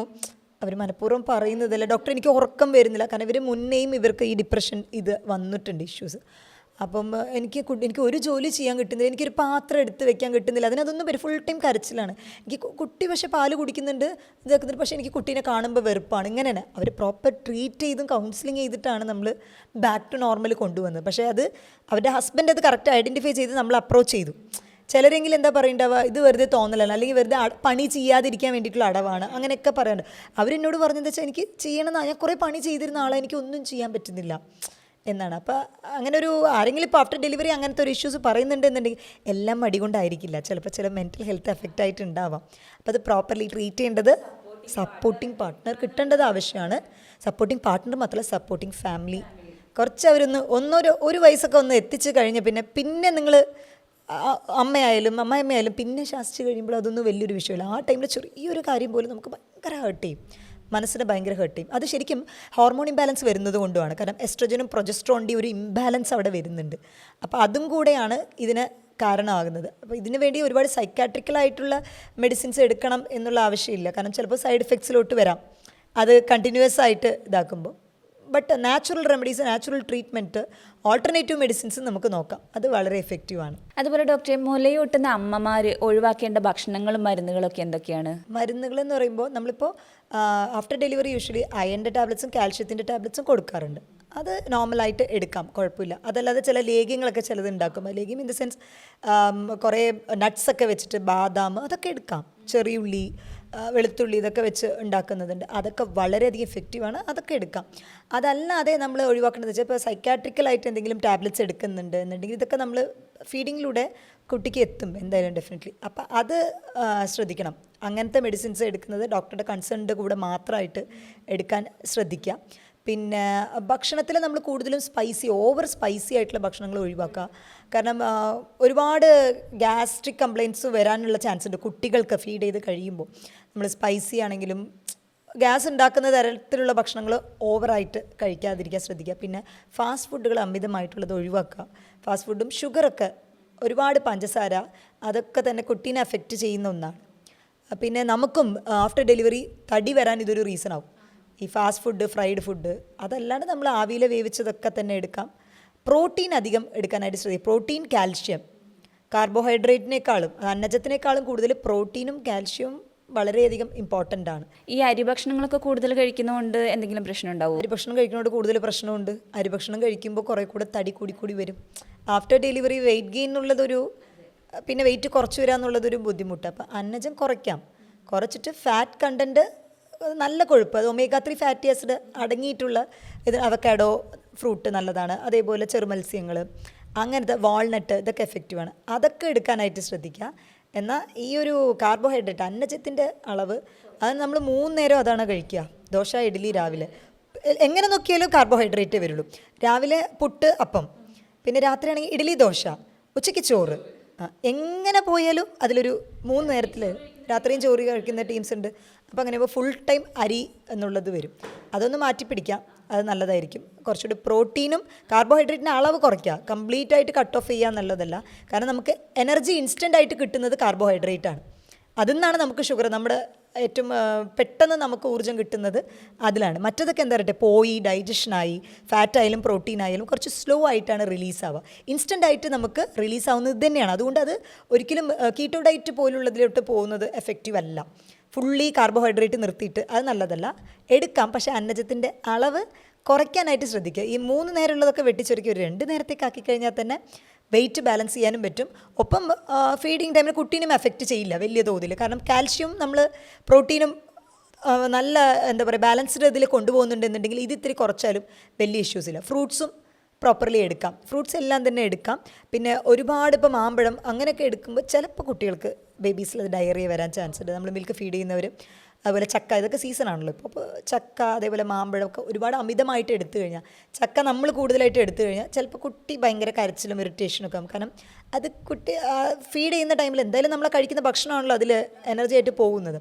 അപ്പോൾ അത് കുട്ടിക്ക് വയറുവേദന അങ്ങനത്തെ ഇഷ്യൂസൊക്കെ വരാൻ ചാൻസ് ഉണ്ട്. അപ്പോൾ അതൊക്കെ ഒന്ന് റെസ്ട്രിക്റ്റ് ചെയ്യാം. മാമ്പഴം, ചക്ക ഇങ്ങനത്തെ ഫുഡുകളൊക്കെ കുറയ്ക്കാം. എന്ന് വെച്ചാൽ പരമാവധി ഒഴിവാക്കാമെന്നല്ല, അതിനെ റെസ്ട്രിക്റ്റ് ചെയ്യാനായിട്ട് ശ്രമിക്കാം. ഡോക്ടറെ, അതുപോലെ തന്നെ ഈ ഡെലിവറിക്ക് ശേഷം അമ്മമാരിലുള്ള ബാക്ക് പെയിൻ, അതിനെക്കുറിച്ച് കേട്ടിട്ടുണ്ട്. അത് ചിലർ പറയാറുണ്ട് അതൊരു മിത്താണ്, അതൊരു തോന്നലാണ്, അങ്ങനെയൊന്നും ഇല്ല. അങ്ങനെയാണോ, അതോ നമുക്ക് അത് ശരിക്കുള്ള ആരോഗ്യ പ്രശ്നം തന്നെയാണോ? മിത്തൊന്നുമല്ല, അത് ട്രൂ തന്നെയാണ്, ശരിക്കും തന്നെ. കാരണം നമ്മൾ ഡെലിവറി ആകുന്ന ടൈമിൽ നമ്മുടെ ഈ ഒരു പെൽവിസ് ബോൺ എന്ന് പറയുന്നത് ശരിക്കും അത് എന്താ പറയുക അത്രയും വികസിച്ചിട്ടാണ് തിരിച്ച് പഴയ പൊസിഷനിലോട്ട് എത്തുന്നത്. ഡെഫിനറ്റായിട്ടും ചിലർക്ക് ബാക്ക് പെയിൻ വരാനുള്ള ചാൻസ് ഉണ്ട്. ഇഞ്ചക്ഷൻ എടുത്തവരാണെങ്കിൽ അതും വരാൻ ചാൻസ് ഉണ്ട്. അല്ലാതെയും ആഫ്റ്റർ ഡെലിവറി ബാക്ക് പെയിൻ ഉള്ളവരുണ്ട്. അപ്പോൾ അത് മിത്തല്ല, അതുള്ളത് തന്നെയാണ്. പക്ഷേ അതിന് പ്രോപ്പർ എക്സസൈസ് ചെയ്യാനായിട്ട് പറ്റും നമുക്ക്. അതായത് ഇപ്പോൾ കിടന്നുകൊണ്ട് തന്നെ, ഇപ്പോൾ ആഫ്റ്റർ ഡെലിവറി തന്നെ നമ്മൾ മാക്സിമം ഇപ്പോൾ കിടക്കുന്ന ടൈമാണെന്നുണ്ടെങ്കിൽ കിടന്നുകൊണ്ട് തന്നെ ലെഗ് റൈസ് പറയും. അപ്പോൾ ഒരു കാല് മാത്രം ഒരു 45 ഡിഗ്രി പൊക്കുക, പിന്നെ അത് ഒരു 5 കൗണ്ട് കൊടുക്കുക. അങ്ങനെ ചെയ്യുന്ന ടൈമിൽ നമുക്ക് ആ ഒരു നട്ടലിൻ്റെ ആ ഒരു ഇത് നോർമലൈസ് ചെയ്യാനായിട്ട് പറ്റും. അതുപോലെ കിടക്കുന്ന ടൈമിൽ തലേണ വെച്ച് കിടക്കാതിരിക്കാൻ ശ്രദ്ധിക്കുക. തലേണ വെക്കുമ്പോൾ അത് പൊസിഷൻ മാറും. അപ്പോൾ അത് ഒഴിവാക്കിയിട്ട് കിടക്കാൻ നോക്കുക, അത് നല്ലതാണ്. Actually after delivery back pain ഇഷ്യൂസിന് ഈ തലേണ ഒഴിവാക്കി കഴിഞ്ഞാൽ തന്നെ കുറച്ച് പ്രശ്നം മാറും. അതിൻ്റെ ഒപ്പം തന്നെ ഈ എക്സസൈസ്, കിടന്നുകൊണ്ടുള്ള ഇപ്പോൾ ലെഗ് റൈസ് ചെയ്തിട്ടുള്ള എക്സസൈസ്, അതൊക്കെ ചെയ്യുന്നത് വളരെയധികം ഇഫക്റ്റീവാണ്. പിന്നെ കുറച്ചൊക്കെ കഴിഞ്ഞപ്പോൾ സിസേറിയൻ ആണെങ്കിലും നോർമൽ ഡെലിവറി ആണെങ്കിലും കുറച്ച് കഴിഞ്ഞാൽ നടക്കാൻ തുടങ്ങണം പ്രോപ്പറായിട്ട്. അങ്ങനെയല്ല ഫുൾ ടൈം കിടന്നു കഴിഞ്ഞാലും പ്രശ്നമാണ്. കുറച്ച് കഴിഞ്ഞ് വാക്കിംഗ് ഒക്കെ ചെയ്യുമ്പോൾ തന്നെ ഉണ്ടാവും ചിലർക്കൊരു 1 ഇയറോളമൊക്കെ പെയിൻ ഉണ്ടാവും. ബട്ട് അതങ്ങനെ റെഡിയാവും. ഇനി ആ ബാക്ക് പെയിന് വൈറ്റമിൻ ഡിയുടെ കുറവ് കൊണ്ടാണോ എന്നും കൂടെ ഒന്ന് ശ്രദ്ധിക്കേണ്ടതുണ്ട്. ചിലപ്പോൾ അത് നമ്മൾ ശ്രദ്ധിക്കില്ല, കാൽഷ്യം ഒക്കെ കഴിക്കുന്നുണ്ടാവും പ്രോപ്പർ, വൈറ്റമിൻ ഡി നമ്മൾ ഡ്രോപ്പ് ചെയ്യും. അപ്പോൾ അത് ചെക്ക് ചെയ്തിട്ട് അത് നോർമൽ അല്ല എന്നുണ്ടെങ്കിൽ അതിൻ്റെ സപ്ലിമെൻറ്റും കൂടെ എടുക്കുകയാണെങ്കിൽ തീർച്ചയായിട്ടും എഫക്റ്റീവ് ആകും. അത് മിത്തല്ല, അത് ഉള്ളത് തന്നെയാണ്. ഡോക്ടറെ, ഇപ്പോൾ ഒരു പ്രസവത്തിന് ശേഷം നമ്മൾ അടുത്ത കുഞ്ഞിനായിട്ട് നമ്മൾ എത്ര ഒരു ബ്രേക്ക് എടുക്കേണ്ടി വരും? ആക്ച്വലി ആഫ്റ്റർ ഡെലിവറി നമ്മൾ ഫീഡ് ചെയ്യുന്നത് കൊണ്ട് പ്രൊലാക്റ്റിൻ്റെ ഹോർമോൺ ഉണ്ടാവും. അപ്പോൾ ഇത് നമുക്ക് എങ്ങനെയാ വെച്ചാൽ ശരിക്കും പറഞ്ഞാൽ ആഫ്റ്റർ ഡെലിവറി ഒരു 6 മാസത്തിനൊക്കെ ചിലർക്ക് പീരിയഡ്സ് തന്നെ ആവുന്നുണ്ടാവില്ല. അപ്പോൾ ഇതൊരു നാച്ചുറലായിട്ട് തന്നെ പ്രകൃതി തന്നെ തരുന്നതാണ്. പീരിയഡ്സ് ആവുന്നില്ല എന്ന് വെച്ചാൽ അടുത്ത കുട്ടി അത്രയ്ക്കൊരു ഡിലേ ആവുക എന്നുള്ള രീതിക്ക് ഫീഡ് ചെയ്യുന്ന ടൈമിൽ നമുക്ക് ഓവുലേഷൻ നടക്കാനുള്ള സാധ്യത കുറവാണ്. എന്നാൽ 100% നടക്കില്ല എന്ന് പറയാൻ പറ്റില്ല. ഇത് പലർക്കും ഒരു പ്രശ്നമായിട്ട് മാറും. കാരണം ഫസ്റ്റ് 6 മന്ത് പീരീഡ് ആയിട്ടുണ്ടാവില്ല. സോ ഹസ്ബൻഡ് വൈഫ് ഇവർ കോൺടാക്റ്റിലായിട്ടുണ്ടാവും. പക്ഷേ എപ്പോഴും എന്താ ശ്രദ്ധിക്കേണ്ടതെന്നറിയോ, പീരീഡ് ആകുന്നതിന് 14 ദിവസം മുന്നെയാണ് നമ്മുടെ ഈ ഓവുലേഷൻ നടക്കുന്നത്, എഗ് റിലീസ് ആവുന്നത്. അപ്പോൾ ഇവരെന്താ വിചാരിക്കുക, പീരീഡ് ആയിട്ടേ ഇല്ല, സോ കോൺടാക്റ്റായി. എഗെയിൻ ഒരു 2-3 മന്ത് പിന്നെ വിട്ടു പോയതിന് ശേഷമായിരിക്കും ടെസ്റ്റ് ചെയ്ത് നോക്കുമ്പോൾ കൺസീവിങ് പോസിറ്റീവായിട്ട് കാണും. അപ്പോൾ അവർ പറയും ഡോക്ടർ പീരീഡേ ആയിട്ടില്ല, പിന്നെ എങ്ങനെ എനിക്ക്, പക്ഷേ പീരീഡിൻ്റെ മുന്നേ ഓവുലേഷൻ നടന്നിട്ടുണ്ട്, ആ ടൈമിൽ കോൺടാക്റ്റ് ആയിട്ടുണ്ട്. അപ്പോൾ ഇത് നാച്ചുറൽ ബാരിയറാണ്, പ്രകൃതി തരുന്നതാണ്. എന്നാൽ ഇത് 100% നമുക്ക് ബിലീവ് ചെയ്യാനായിട്ട് പറ്റില്ല. എപ്പോഴും ഒരു ഗ്യാപ്പ് എന്ന് പറയുന്നത് ഇപ്പോൾ നെക്സ്റ്റ് ബേബിക്ക് ട്രൈ ചെയ്യുകയാണെങ്കിൽ കുട്ടി ഒരു 8 months എങ്കിലും കഴിയണം. അപ്പോഴാണ് എന്താ പറയുക ഈ കുട്ടിക്ക് പ്രോപ്പർ ഫീഡിങ്ങും കാര്യങ്ങളൊക്കെ കൊടുക്കാൻ പറ്റുള്ളൂ. മറ്റേത് ആക്സിഡൻ്റൽ പ്രഗ്നൻസി ആയിട്ടാണ് നമ്മൾ കണക്കാക്കുക. ബേബിക്ക് ഇപ്പോൾ 4 months ആയിട്ടുണ്ടാവുള്ളൂ, ഗെയിൻ കൺസീവ് ആയിട്ടുണ്ടാവും. സോ ഇത് അമ്മയുടെ ഹെൽത്തിനെ എഫക്റ്റ് ചെയ്യും. കാരണം ഇങ്ങനെ ഫ്രീക്വൻ്റ് ആയിട്ട് കൺസീവ് ആകുമ്പോൾ, ഒരു ഗ്യാപ്പില്ലാതെ കൺസീവ് ആകുമ്പോൾ ഇത് അയൺ ഡെഫിഷ്യൻസി, ഒരു ഹീമോഗ്ലോബിൻ്റെ ലെവൽ പ്രശ്നമാവും. മറ്റേ കുട്ടിക്ക് പ്രോപ്പർ ന്യൂട്രീഷൻ കിട്ടില്ല. 4 മാസമേ ആയിട്ടുള്ളൂ, അപ്പോഴേക്കും അമ്മ വയ്യാണ്ടായി, അതിനെ ടേക്ക് കെയർ ചെയ്യാൻ പറ്റില്ല, അതിന് ന്യൂട്രീഷൻ ഒന്നും പ്രോപ്പർ കൊടുക്കാൻ പറ്റില്ല. അങ്ങനത്തെ ഇഷ്യൂസ് ഉണ്ട്. അപ്പോൾ ആ കുഞ്ഞിൻ്റെ മെൻ്റൽ ഹെൽത്തിനെ അത് ബാധിക്കില്ല, ഇത് എഫക്റ്റ് ചെയ്യും. അപ്പോൾ അത് ആക്സിഡൻ്റായി ആയി പോകുന്നതിനെ നമ്മളൊന്നും പറയില്ല, പക്ഷെ അത് ശ്രദ്ധിക്കേണ്ട ഒരു കാര്യമാണ്. ഈ ഒരു പ്രശ്നമാണ് എല്ലാവർക്കും. ഞാൻ പറഞ്ഞില്ല, പ്രൊലാക്റ്റിൻ ഹോർമോൺ നമ്മളെ പറ്റിക്കുന്നതാണ്. അപ്പോൾ ലാക്ടേറ്റ് ചെയ്യുമ്പോൾ നമ്മൾ വിചാരിക്കും അത് പ്രഗ്നൻ്റ് ആവില്ല എന്ന്. അതൊരു പ്രശ്നമുണ്ട്. അത് പ്രോപ്പർ പ്രിക്കോഷൻ എടുക്കുക തന്നെ വേണം. കറക്റ്റ് ഒരു ടൈം പീരീഡ് നോക്കുകയാണെങ്കിൽ കുട്ടിക്കൊരു 8 months or 1 year കഴിഞ്ഞതിന് ശേഷം നിങ്ങൾ നെക്സ്റ്റ് ബേബിക്ക് ട്രൈ ചെയ്യുന്നതായിരിക്കും നല്ലത്. അപ്പോഴാണ് ഈ കുട്ടിയും ഒന്ന് വളർന്നു വന്നിട്ടുണ്ടാവും, അതിന് പ്രോപ്പറായിട്ടുള്ള ന്യൂട്രീഷനൊക്കെ കിട്ടിയിട്ടുണ്ടാവുള്ളൂ. മറ്റത് രണ്ടും അവതാളത്തിലാവും. വളർന്നു വരും, കുട്ടികൾക്ക് പ്രശ്നമില്ല, അമ്മമാർക്കും സ്ട്രെസ്സ് കൂടുതലാണ്. അന്നത്തെ കാലത്ത് അങ്ങനെയൊക്കെ ചെയ്തിരുന്നു, ഇല്ലയെന്ന് ഞാൻ പറയുന്നില്ല. പക്ഷെ നമുക്കും സ്ട്രെസ്സ് കൂടുതലാണ്. മാത്രമല്ല കുട്ടികൾക്കും പ്രോപ്പർ കെയർ കിട്ടില്ല, അവർക്ക് ന്യൂട്രീഷനും കാര്യങ്ങളും. അതാണ് മെയിൻ പ്രശ്നം. ഈ ഫീഡിങ് എഫക്റ്റ് ചെയ്യും. കാരണം ഒരു സ്റ്റേജ് എത്തുമ്പോൾ, ഒരു 6 months കഴിയുമ്പോൾ കുട്ടിയുടെ ഫീഡിങ് നിർത്തേണ്ടി വരും. കാരണം ഇത് ഫീഡ് ചെയ്യുന്ന ടൈമിൽ ഒരുപാട് കാൽഷ്യം അയണും ലോസ് ആവും. അപ്പോൾ അത് ഈ കുട്ടീൻ്റെ ഗ്രോത്തിനെ എഫക്റ്റ് ചെയ്യും. അങ്ങനെ 2 പേരുടെയും ഗ്രോത്ത് ഇംബാലൻസ് വരും. അപ്പോൾ ആക്സിഡൻ്റലായിട്ട് പറ്റിപ്പോകുന്നതിന് നമുക്ക് ഒന്നും ചെയ്യാൻ പറ്റില്ല, പക്ഷേ അത് പ്രിവെൻറ്റ് ചെയ്യാനായിട്ട് പറ്റും. ഇങ്ങനൊരു പ്രശ്നമുണ്ട്, ഇങ്ങനൊരു കുരുക്ക് അവിടെ കിടപ്പുണ്ട്. ഇത് പലർക്കും, ഈവൻ ഡോക്ടേഴ്സിന് വരെ ഇത് ഫോൾട്ട് പറ്റാറുണ്ട്. നമുക്കറിയാം, ഒരു 5 months തന്നെ കൺസീവ് ആവും. അതറിയില്ല, കൺസീവ് ആവുന്നത് അവരെ അറിയില്ല. ആക്സിഡൻ്റൽ പ്രഗ്നൻസി ആയിട്ടാണ് അത് കണക്കാക്കുക. പക്ഷേ അത് ശ്രദ്ധിക്കാം. മാക്സിമം ഇത് ഈ ഒരു ലാക്ടേറ്റിംഗ് പീരീഡ് നമ്മൾ കണക്കാക്കാതെ പ്രിവെൻറ്റീവ് മെത്തേഡ്സ്, പ്രോപ്പറായിട്ടുള്ള പ്രിവെൻറ്റീവ് മെത്തേഡ്സ് ഉപയോഗിച്ചിട്ട് കോൺടാക്റ്റിലാവുന്നത് തന്നെയാണ് നല്ലത്. ഒരു ന്യൂ ബോൺ ബേബീനെ നമ്മൾ ഏതൊക്കെ രീതിയിൽ ശ്രദ്ധിക്കണം, അവരുടെ ഹെൽത്ത് നമ്മൾ ഏതൊക്കെ രീതിയിൽ ശ്രദ്ധിക്കണം, അതുപോലെ തന്നെ ഒരു പുതിയ അമ്മേനെ നമ്മൾ എങ്ങനെയൊക്കെ അവരുടെ ഹെൽത്തിൻ്റെ കാര്യങ്ങളൊക്കെ ശ്രദ്ധിക്കണം എന്നുള്ള കാര്യങ്ങളൊക്കെയാണ് നമ്മൾ ചർച്ച ചെയ്തത്. ഒരു കുഞ്ഞിൻ്റെ ആരോഗ്യത്തോടൊപ്പം തന്നെ ഒരു അമ്മയുടെ മെൻ്റൽ ഹെൽത്ത് എത്രത്തോളം ഇമ്പോർട്ടൻ്റ് ആണെന്നുള്ള കാര്യം നമുക്ക് ഡോക്ടർ ഇന്ന് പറഞ്ഞു തന്നു. ഈ പറഞ്ഞ വിഷയത്തിൽ നിങ്ങൾക്ക് എന്തെങ്കിലും സംശയങ്ങളോ അതുപോലെ കൺസൾട്ടേഷനോ ആവശ്യമുണ്ടെന്നുണ്ടെങ്കിൽ താഴെ കാണുന്ന നമ്പറിൽ കോൺടാക്ട് ചെയ്യാവുന്നതാണ്. മറ്റൊരു ടോപ്പിക്കുമായി വീണ്ടും കാണാം. താങ്ക്